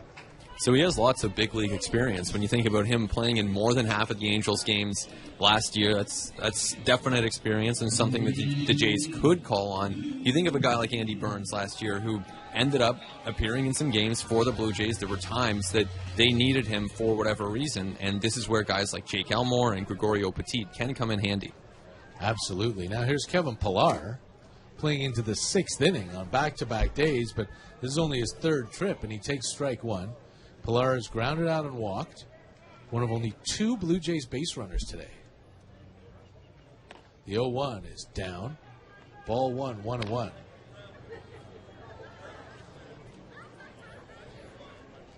We will again send people to the interwebs, even though you're already on it. So go click over to sportsnet.ca and read Ben Nicholson-Smith's story about Kevin Pillar. There's a strike called, 1-2. While you're there, you can read Shai Daviti's story on Freddie Freeman, the Atlanta Braves first baseman who's going to be playing first for Team Canada at the World Baseball Classic. 1-2 to Pillar is just inside. Ball 2. Kingham thought he had him rung up.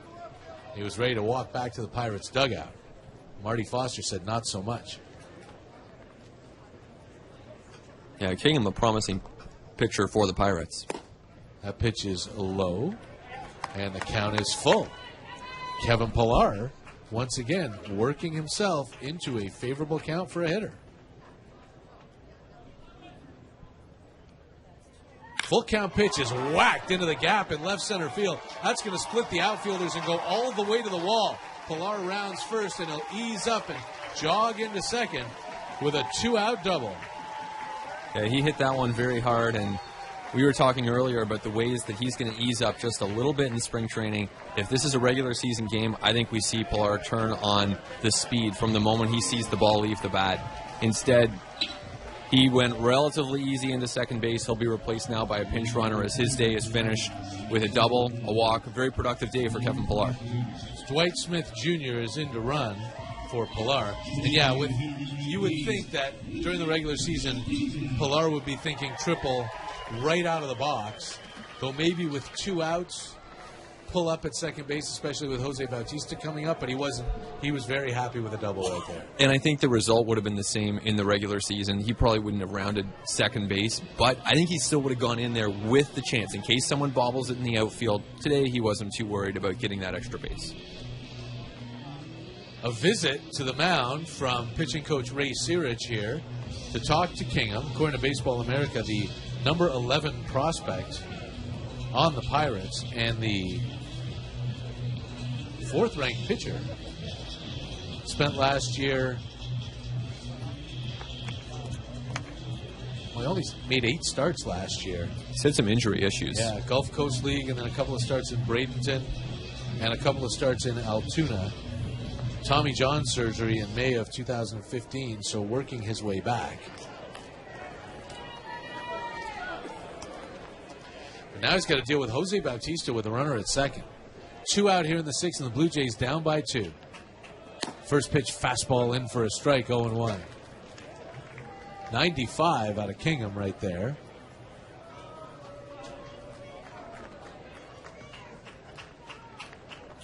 Smith takes his lead off of second.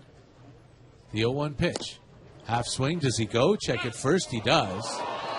Bautista doesn't think so. Neither do the fans. But it's 0-2.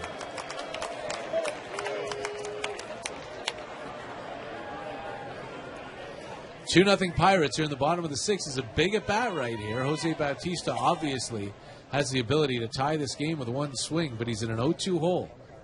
Here's the pitch. It's low, blocked beautifully by Jang to keep Dwight Smith Jr. at second base. Yeah, that easily could have been a chance for the Jays to get a runner on third base there. Some nice defensive play. Crowd getting into this one, trying to will their Blue Jays into their first run of the game, maybe a couple. 1-2 pitch to Jose. Swung on it hard but foul down the third base side. It'll hop into the stands among a group of golden-clad Pirates fans. Made the 1-hour drive up from Bradenton. And we will make that 1-hour drive down tomorrow. Lucas Harrell for the Jays, Ivan Nova for the Pirates, and we're live across the web at 1 o'clock. Smith the lead at second. The 1-2 pitch. Outside, ball 2. On that previous pitch there, 94 miles an hour, and Batista pulled it well foul down the left field line. So still finding that timing, still trying to get that rhythm at the plate, and it can take weeks, of course, for hitters to establish that. Reached a couple of times yesterday. 2-2 pitch to him, breaks his bat and lines it over second base. That's a base hit.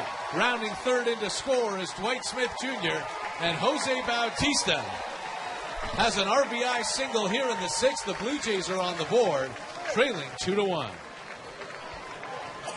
And it looks like that'll be it for Batista as he exits the game for a pinch runner. Edward Olivares is in to run for him. There's the old baseball saw. That bat died a hero. Sure did. Broken bat. You could hear it transforming into kindling. You can really hear a lot from this broadcast booth here. It's great being this close to the field. Sometimes you get to hear the umpire, the fans certainly. You can hear the bats breaking, so hopefully that comes through on the broadcast as well. Tom Young has hooked us up with wonderful crowd microphones, so it absolutely comes through on the broadcast. That's going to be it for Nick Kingham. Couldn't get through the 2 innings that Clint Hurdle wanted to see out of him.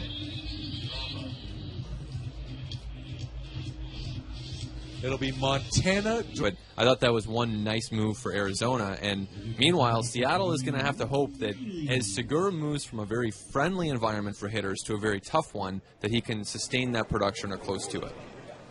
And we have to see whether it was just a 1-year thing also, at least the ability to get on base consistently. All right, Montana DeRapo is ready, and he'll face Juan Gratterol. And his first pitch is low for a ball, 1-0. First name Montana, and the last name is spelled D-U capital R A-P-A-U, Montana DeRapo. Right-hander. Wears number 85 out of the minor league camp of the Pittsburgh Pirates. Got a runner at first, and he'll throw over to check on Olivares.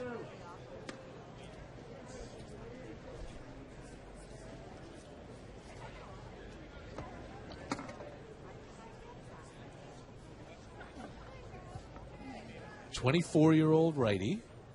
This will be his 4th year pro. Pitched all of last season in Double-A out of the bullpen. Runner goes. The 1-0 pitch is swung on and missed. The throw down on a hop, and they get it. And that's a lesson for Edward Olivares, the base runner. Caught stealing right there. He went in with his lead foot in the air and tagged on the back foot. And that's a caught stealing to end the inning. We go to the bottom of the 6th. The Blue Jays get a run on 2 hits, an RBI single by Jose Bautista after a Kevin Pillar double. And we go to the 7th. The Jays down. Blue Jays baseball on the Sportsnet Radio Network.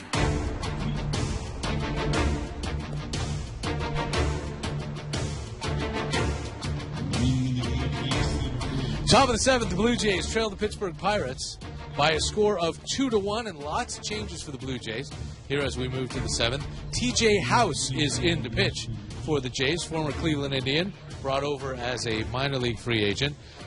Tim Lopes has come into the game to play second base for Ryan Goins. Jonathan Diaz moves from third to short, and John Berti comes in to play third. Dwight Smith Jr., who pinch ran for Kevin Pillar last inning, is staying in the game to play left field. Daryl Siciliani will move from left to center. House with the first pitch to the shortstop, Max Moroff. He's in with a strike. 0-1. And he misses with the next one. So we'll set that defense for you in a second. 1-0 from House is there for a strike. Pardon me, that's the 1-1, so it's now 1-2. Scoreboard says 1-1, but it's 1-2. TJ House, a little lefty, got those socks pulled up high. 1-2 pitch is fought off and fouled, first base side. Still 1-2. So it's House on the mound and Juan Gratterol behind the plate. Infield has Rowdy Tellez at first, Tim Lopes at second, Jonathan Diaz at short, and John Birdie at third. There's strike 3 call.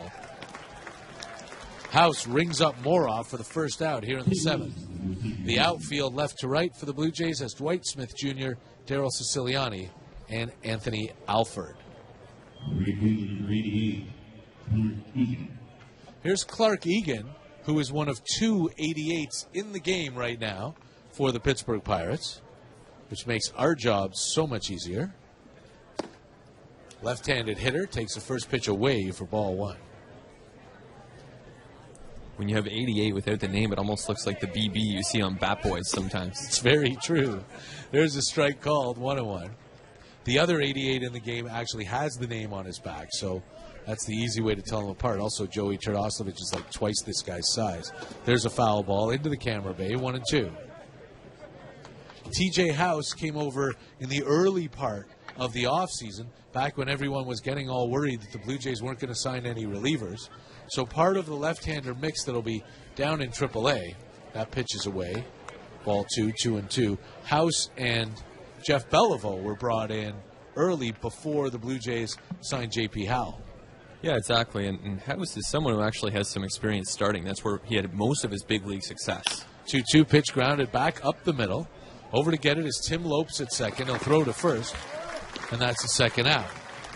The Bringer of Rain umbrella, presented by Sonnet, will be handed out Sunday, April 16th, when the Blue Jays host the Baltimore Orioles at 1:07 p.m. Eastern. That's the first Sunday home game of the regular season. The first 20,000 fans will receive a Bringer of Rain umbrella.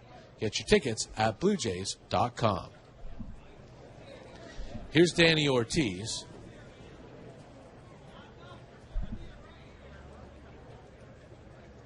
Left on left, and he takes the first pitch low for ball 1. So House is, with the starting experience, you try to put together your AAA rotation.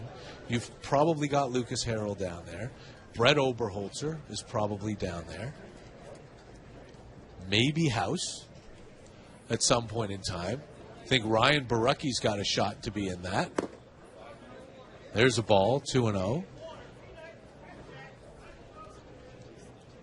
I don't know if maybe Connor Green on the way up gets to AAA, maybe not to start the season. Yeah, he had a rough debut yesterday. John Gibbons talking to him today. 2-0 is in there for a strike, 2-1. Just to remind him that these things happen, and of course he's still very well regarded by the organization. But I do think, as we talked about yesterday, those walks can be an issue. And so he's going to have to show the Blue Jays that he can really attack the strike zone. 2-1 pitch is swung on and missed, 2-2. And Casey Lawrence has a chance to be in that AAA rotation as well. And he's an interesting story. Guy who, at 29, all of a sudden is becoming getting on some people's radars. Started Saturday, looked terrific. 2-2 pitch is hit on the ground, foul, first base side. House over there to cover just in case.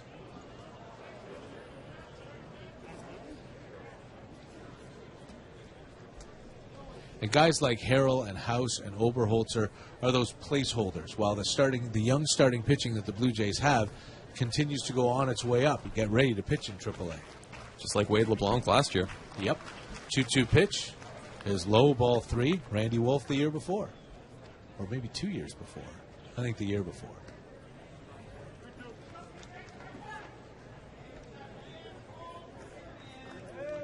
We're in the top of the 7th inning. The 3-2 pitch with 2 out is swung on and chopped high on the infield. Charging at Diaz, and he can't make the transfer. John Diaz knew he had to move awfully quickly.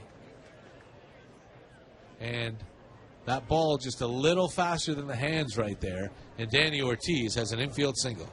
Yeah, as soon as that ball left the bat, you knew that it was going to be a very hard play for Diaz. Came in charging and just tried to make that release quickly because there's no other way to make it. You can't set your feet, you can't plant and throw, and it was ultimately just going to go for a big infield hit.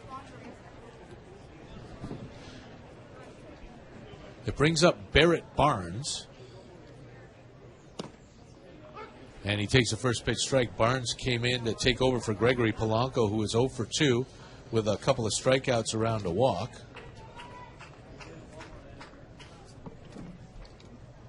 House checks his runner. The 0-1 pitch is low.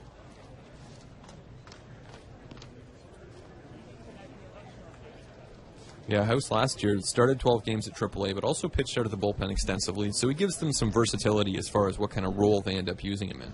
Throw over to first. Back safely is the runner Ortiz. Our first look at TJ House this spring.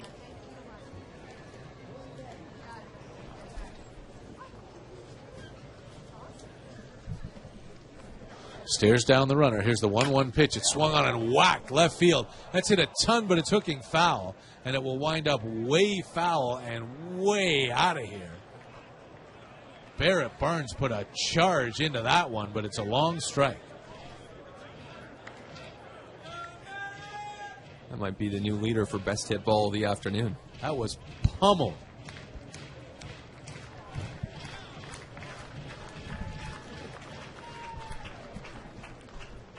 But the only result is now TJ House is ahead in the count.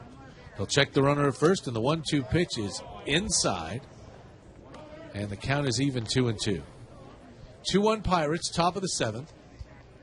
They've out-hit the Blue Jays 8-3 in a so far error-free game in the Sunshine in Dunedin. 2-2 pitch is swung on, fouled into the glove of Juan Gratterall. And that is good for strike 3. So TJ House gives up not but an infield single in the top of the 7th. It is stretch time at the face for the Blue Jays trailing the Pirates 2-1. You're listening to Blue Jays Baseball on the Sport. Comes in. Edward Olivares gets caught stealing, and his day is done. Productive, in a sense. Yeah, I mean, he did his job. Any of us could have done that, though. Juan Gratterall takes the first pitch up from Clay Holmes, ball 1. Gratterall was at the plate when Olivares got caught stealing.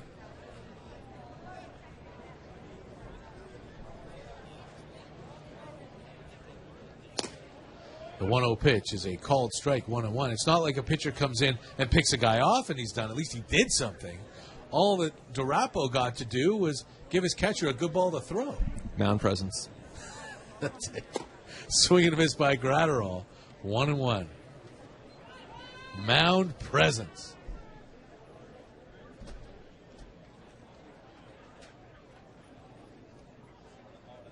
Holmes is another one of the top pitching prospects for the Pirates. And Gratterall fouls that ball off.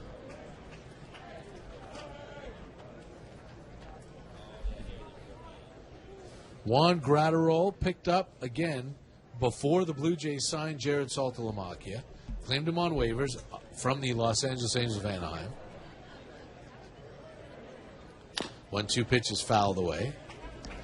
Another guy with big league experience at AAA, and again, we'll say this over and over this spring, you can't have enough of those players. Yeah, exactly, and especially, you look at the catching position, how much wear and tear it takes on these guys, and even though the Blue Jays have a front two that I think they're very comfortable with, more than comfortable with, you want to have these depth options. 1-2 pitch is swung on and missed. Gratterall strikes out, and that's the first out here in the 7th inning. Especially losing A.J. Jimenez, now a member of the Texas Rangers organization, and you have to have some catchers. I mean, it's pretty simple. When you're trying to get through a long season, trying to get through spring training even, you need those guys, and that's where Gratterall comes in, Reese McGuire as well, someone who will get extended looks probably in the upper minors. Yeah, and Mike Ullman as well is a guy almost nobody has heard of, a catcher from the Cardinals organization, came in as a minor league free agent. Rowdy Tellez takes strike 1, doesn't like that call, shows his displeasure there at Marty Foster. Not necessarily a good idea when you're the guy with no big league time. Rowdy came in as a pinch runner in the 5th. He takes that pitch way up and away. Had a terrific game on Saturday in the opener at Disney World. He walked. He had a ringing double. But he has struck out in his last 4 straight spring at-bats. 1-1 pitch is whacked to left field. He's not going to strike out this time. This thing drops fair, and it's headed for the corner. Tellez rounds first. He is into second.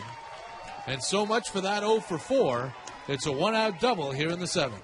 97-mile-an-hour fastball. Tellez takes it the opposite field. He got a good swing on that ball and just meets it. Lets the bat meet the ball, and it ends up going for a double on a very nice piece of hitting by a rookie player trying to establish himself here on the Blue Jays' radar.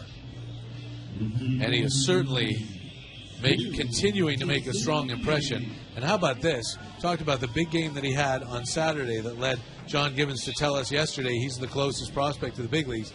Gibby was here yesterday, and Tellez struck out 3 times in Tampa. So Gibby didn't see that.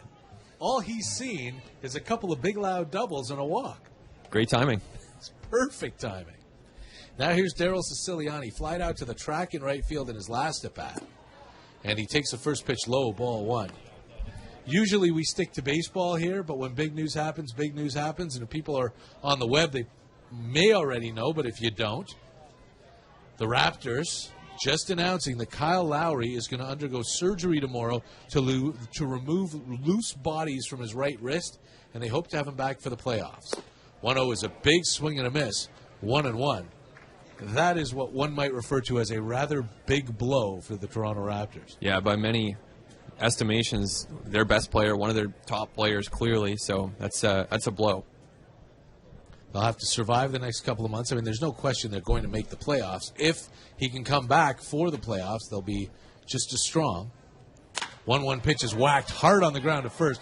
Terdoslavich has it. He'll step on the bag for the second out.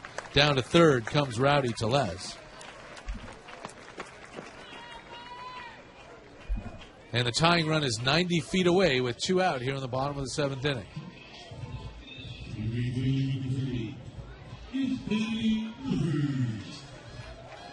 So we wish Lowry well, that the surgery is successful and the recovery is quick, and that he will be back on the floor for the Raptors in the postseason. Anthony Alford takes a first pitch strike from Holmes. Alford is 0 for 2. He flied out and he's struck out. The Blue Jays down 2-1 here in the bottom of the 7th, looking for their first win of the spring. And Rowdy Tellez, the tying run, standing at third base. 0-1 pitch. In there for a strike, 0-2. A couple of the Jays' top prospects here trying to tie the game up. Tellez on third. Alford at the plate.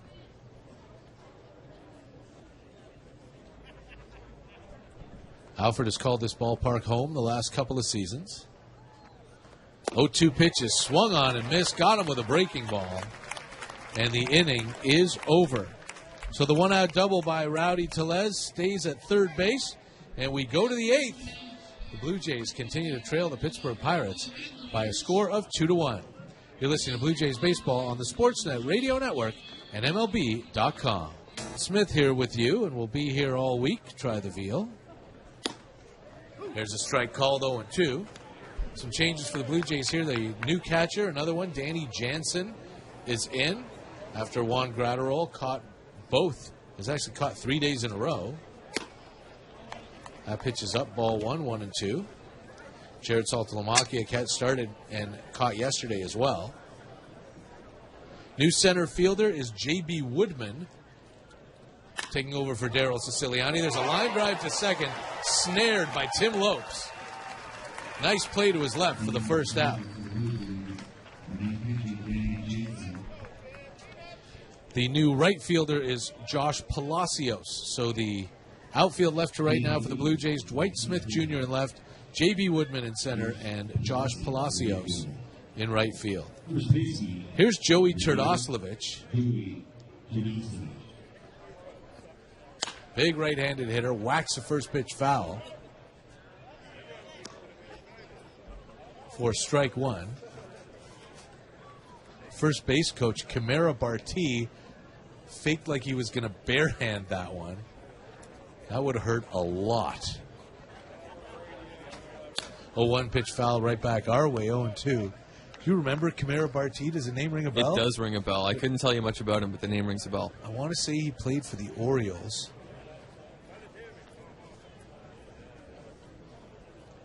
No, the Tigers and played for the Tigers. There's a ground ball to third. John Birdie has it. Throw it on to first. 2 down. May even have been a teammate of Joe Siddle's in Detroit.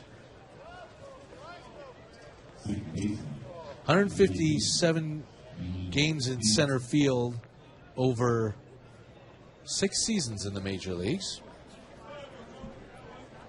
course, I could have just turned the page and seen all that. We'll have to ask Joe. Yeah, we'll have to ask Joe. He's right next door. Second baseman Alan Hansen is in, shows bunt and pulls the bat back. Takes ball one. So 2 quick outs here for TJ House in his second inning of work. Gave up naught but an infield single in the top of the 7th. 1-0 pitch, grounded right back up the middle, off the glove of House. But right there is Lopes. Throw to first for your textbook 1-4-3. So a good outing here for TJ House, throwing a shutout 7th and 8th. And we go to the bottom of the 8th. Continues to be Pittsburgh 2 and Toronto 1. You're listening to Blue Jays Baseball on the Sportsnet Radio Network. Hi, it's Pat Finelli with our 50th opportunities and events, all geared towards fans of the Toronto Blue Jays. Visit jayscare.com/YP today. Jonathan Diaz leads off the bottom of the 8th here and takes a strike with the Blue Jays down 2-1 to the Pittsburgh Pirates. And he takes strike 2, 0-2. Diaz has been around a long time. Cut his teeth in the Blue Jays organization. Made his big league debut with the Jays. Won a World Series ring with the Red Sox. That pitch over his head for ball one, and Diaz stares out at Clay Holmes. Jays brought him back on a minor league contract this offseason. He'll provide depth in the middle infield. We've been saying that about a few guys today. Yeah, and you know what? The more the better, especially, again, ones with major league experience. Diaz, an absolute wizard with the glove. 1-2 pitch, swung on and missed. He strikes out. That's a first out here in the 8th. If the Jays are going to come back and pick up their first spring win today, it's going to be on the backs of the kids. All the starters long since out of this one. Now here's John Birdie. Came into play third a couple of innings ago. This is his first at bat. And he takes a first pitch strike, 0-1. He had a nice defensive play earlier, and really this game to this point has been very nicely done on the defensive side from the Blue Jays. Pirates too, for that matter. 0-1 pitch is high. Yeah, it stands in stark contrast to what we saw yesterday. The Blue Jays had a really rough time.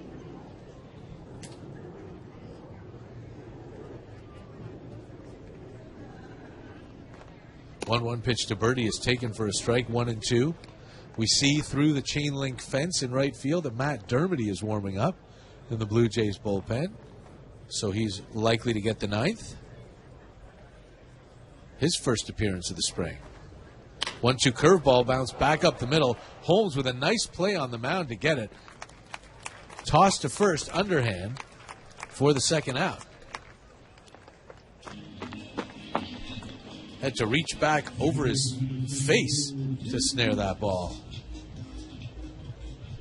Yeah, even the pitchers getting in on the defense today. Marcus Stroman, early in the game, making a very nice play towards second base, having to go back on the ball and make a play at first.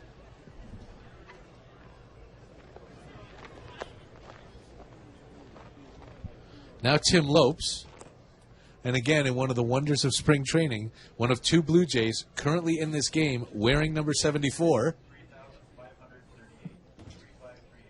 We get the attendance figure from Eric Grossman, 3,538 here at the ballpark.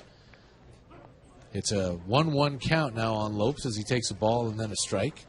Tim Lopes coming over in the offseason from the Seattle Mariners as a player to be named later in a trade that sent Pat Venditti to Seattle. 1-1 is down and away, ball 2. It's one thing I'll miss this spring. It's not having the chance to watch an ambidextrous pitcher every few days. That was really, I mean, we had last year, we had an amphibious pitcher and we had a knuckleballer, and 2 of the great wonders of the game, and now we don't have either one. 2-1 pitch is high, and it's ball 3 on Lopes trying to work his way on for Dwight Smith Jr. Here with 2 out and nobody on in the bottom of the 8th inning, and the Blue Jays down 2-1 to Pittsburgh. 3-1 pitch is low, ball 4. Lopes lives up to that 360 on base that he had last year in the minors for Seattle in Double-A.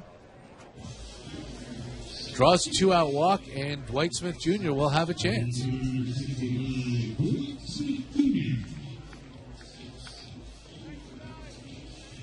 The Pirates shifting for Smith. The shortstop, Max Moroff, moving close to second base, and Alan Hansen at second, closing up that 3-4 hole, with Lopes being held on by Terdoslavich. Left-handed batter is Dwight Smith Jr., and he takes a pitch down. It gets away from Jang, but not very far, and not far enough for Lopes to advance. Ball 1. Looks like catcher Reese McGuire's on deck, should the inning advance that far. That's the DH spot. Jose Bautista started and went 1 for 3. Bautista with an RBI single, driving in the Blue Jays' only run of this game. The Pirates scored on a sac fly by John Jaso in the 4th and a Danny Barnes balk in the 6th. 1-0 pitch. There for a strike, 1-1. This is one of those games that if it was the regular season and you're thinking about potentially losing a game on a balk, that would be painful, but very much less so here in a spring training affair. Absolutely. The wins and losses don't mean a thing. Process over performance. That's the story of the spring. Lopes takes a healthy lead. He's leaning. Not going. The pitch is swung on and missed. A big rip by Smith. And it's 1-2. Dwight Smith just tried to put the Blue Jays on top with one swing right there. And Holmes threw it by him.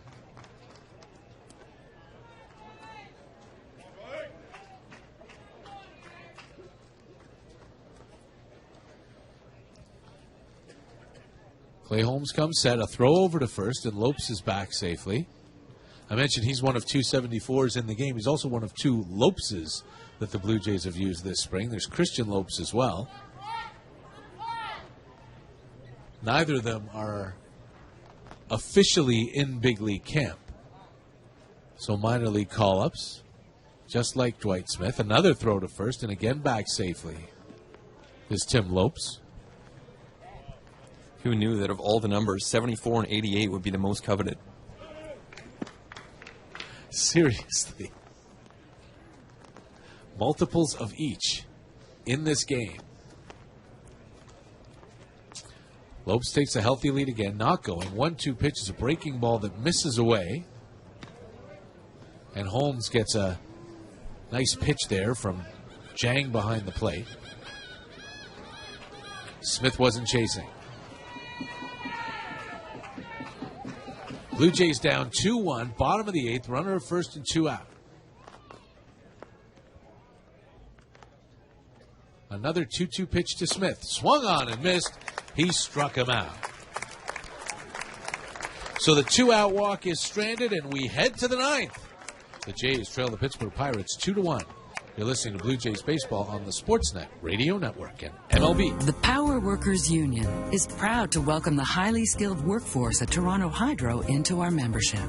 Night or day. Pirates 7-8-9 hitters. The Pirates enjoying a 2-1 lead. They scored first in the 4th inning, a leadoff double by Starling Marte, and then a walk to Gregory Polanco. David Freese struck out, but then Marte and Polanco executed a double steal with John Jaso at the plate. And Jaso then delivered a sacrifice fly.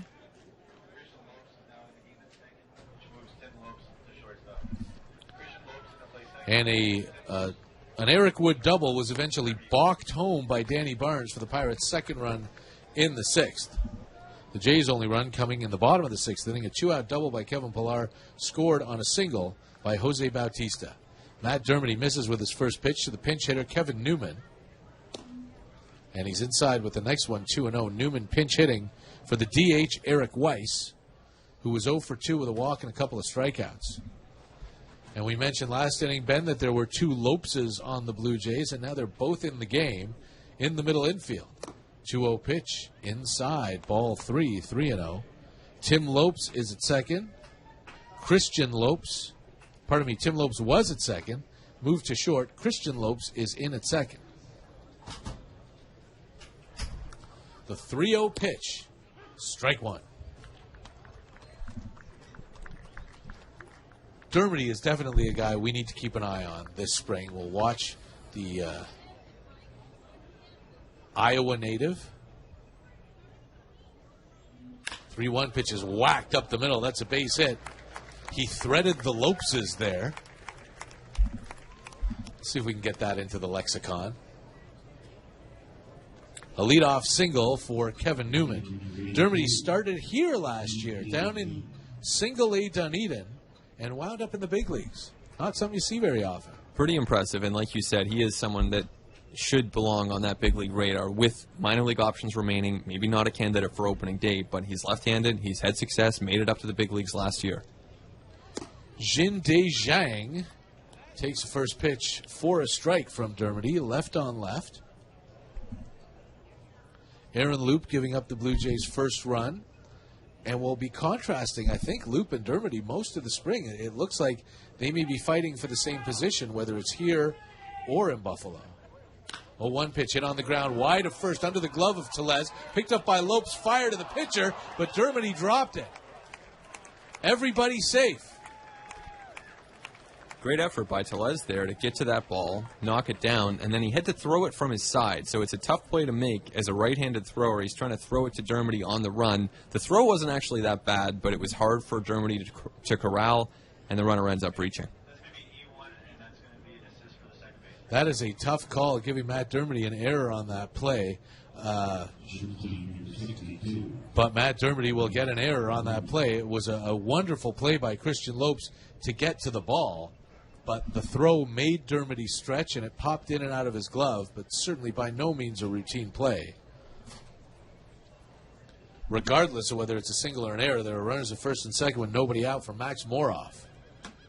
Struck out looking in his first trip, and he takes strike one here from Dermody. Phenomenal effort by Christian Lopes at second base. Trying to hit Dermody on the run and made a good throw, not a great throw.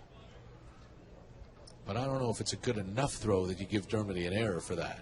The 0-1, swung on, pop, foul, 0-2. Could just call it a hit, too. That's what it is for me. But regardless, again, spring training, none of it matters. What matters now is Dermody trying to pitch his way out of this. And he's ahead of Max Moroff, 0-2. Runners at first and second, nobody out, top of the ninth. Blue Jays down 2-1. The pitch, down and in, blocked by Jansen, and the runners will hold.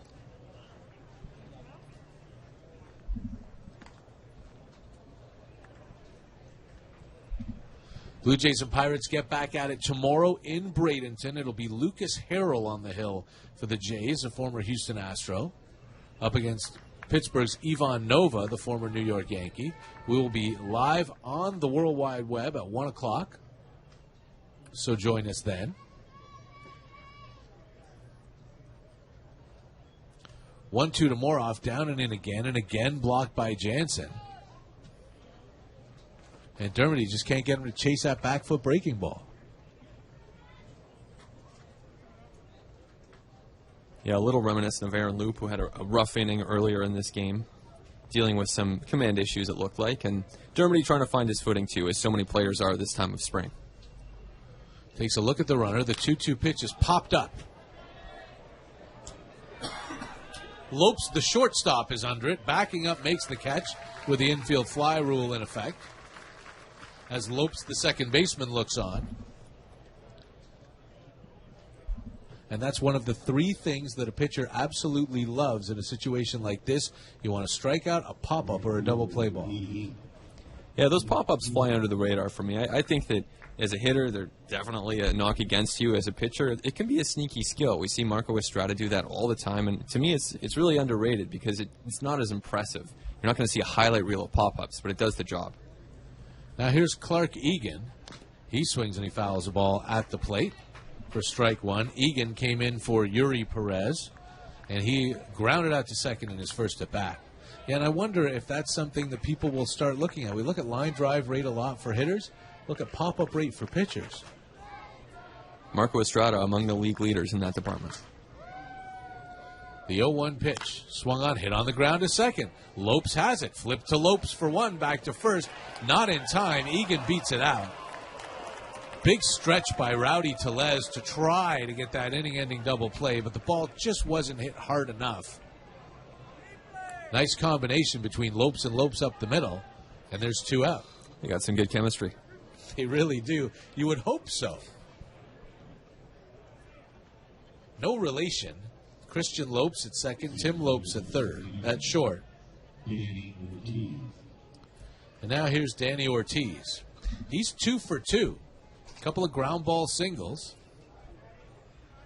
Took over for Starling Marte, who doubled and scored in the 4th.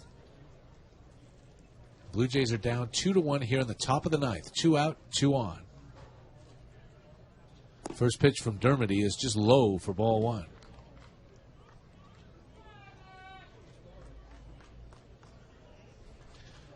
Checking that out-of-town scoreboard, we mentioned earlier some basketball as Kyle Lowry is going to go under the knife to have some loose bodies removed from his wrist and will be out until at least the playoffs, at least the beginning of the playoffs. 1-0 pitch in there for a strike. 1-1. And on the ice, Sportsnet's Chris Johnson and John Shannon both reporting that the Maple Leafs are about to acquire Brian Boyle. And he's likely to join the team for their game against the San Jose Sharks. 1-1 pitch is fouled away 1-2. Baseball news, Addison Russell has taken Lucas Giolito deep. And the Chicago Cubs lead the Chicago White Sox 1-0 in the bottom of the second over in Arizona.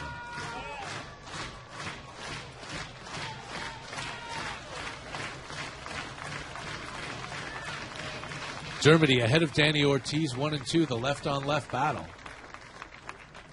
Check of the runner, the pitch. Swung on a little nubber out towards third. Birdie charging hard, throw on the run, and a nice play to end the inning. So Matt Dermody, with 2 on and nobody out, works his way out of it. And we go to the bottom of the 9th. Last shot for the Blue Jays as they try to at least tie this thing up. They trail the Pittsburgh Pirates 2-4. Mike Wilner and Ben Nicholson-Smith here with us. With you, actually. We are with you. Ben is with us. Or something. I mean, however it works out. He's here, I'm here, and we are thrilled to be bringing you spring training baseball live from Dunedin. And again, every game all spring long will be carried on the World Wide Web. Ben is with me today and for the next 3, including tomorrow in Bradenton. The Jays and Pirates go at it again. Reese McGuire is on, and he takes the first pitch for a strike, 0-1. McGuire, this is his first spring training not in black and gold, coming over from the Pirates on a trade deadline day deal. The 0-1 pitch is swung on and missed, 0-2, so he gets a chance to play against some of his buddies. Someone who's very well regarded defensively, and I'm curious to see what he can do with the bat in the course of this spring, see where he stands offensively. I'm sure that a lot of the people with the Blue Jays are as well. He's in a hole 0-2 here. The pitch is high, ball 1.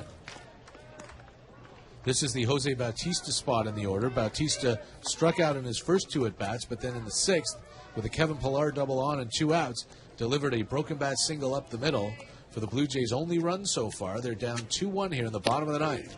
McGuire looks at strike 3. Nice curveball from Rosario.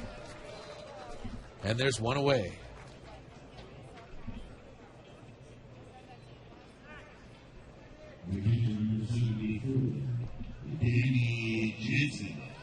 Here's Danny Jansen. The Blue Jays' 3rd catcher of the afternoon. Right-handed hitter, one of 2 Jays wearing number 74 in this game. He takes strike 1. A lot of catchers getting some action today when you include Reese McGuire. Russell Martin, really the only one sitting things out. Yeah, a total of 4 catchers for the Blue Jays playing in this game. There's a strike called, 0-2 on Danny Jansen. It's his 2nd at-bat of the spring. He got in Tampa yesterday. Rosario just here pumping strikes in the 9th. There's a swing and a miss.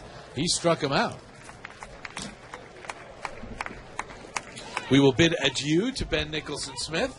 Thank you for this. We'll see you tomorrow. Looking forward to it. Sounds good. Thanks. All right. Ben's got to go down and talk to John Gibbons, get the post game. So I'll handle things from here. If Rowdy Tellez ties it up, Ben will come back. Here is Rowdy Tellez. Doubled in his only other trip today. Also stole a base as a pinch runner. And he takes the first pitch in the dirt, ball one. So no immaculate inning here for Miguel Rosario. He had 2 strikeouts on 6 pitches, but now falls behind Tellez 1-0. Rowdy, a big slugging first baseman, wears number 1. The pitch to him is a big swing and a miss. Missed an off-speed pitch, and it's 1-1.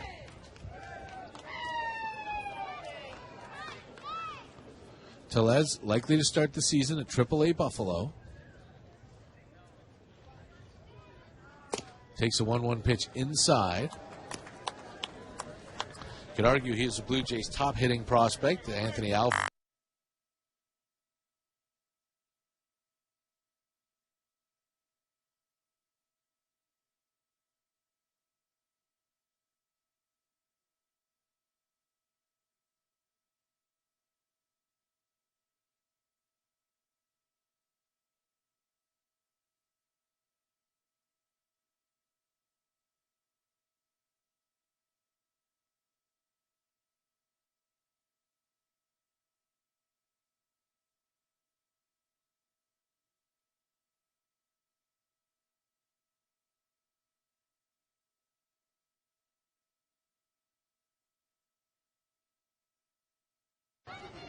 Now the count is full. 2 out, bottom of the 9th. Nobody on. Blue Jays down 1. The pitch. Ball 4 outside. Rosario with a full count curveball, missed with it. And Rowdy takes a walk. It brings up J.B. Woodman.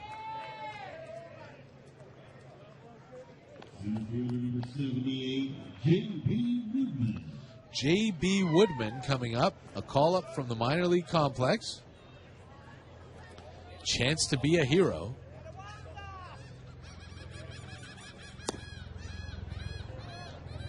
And he takes the first pitch outside for ball 1. Woodman wears number 78, left-handed hitter. Second-round pick of the Blue Jays just last year. He swings and he hits a ball in the air to right field. That's it hard and deep, but just not deep enough. Run down in front of the track by Danny Ortiz, and the game is over. The kid put a charge into one, but it falls just short. And the Blue Jays fall to 0-4 on the spring, losing it 2-1 to the Pittsburgh Pirates. We'll be back with the totals after this. You're listening to Blue Jays Baseball on the Sportsnet Radio Network and MLB.com. Louis Carnavelli here, president of Northern Financial Group. You've probably been thinking that our health benefits plan for just $30 a month sounds too good to be true. Well, you can take it from me. It is true, and our rates are set until September 2018. Don't wait until your next renewal. Whether you have 3 or 300 employees, we have a plan to fit your needs and your budget. To find out more about our $30 a month health plan, visit us at northernfinancialgroup.ca.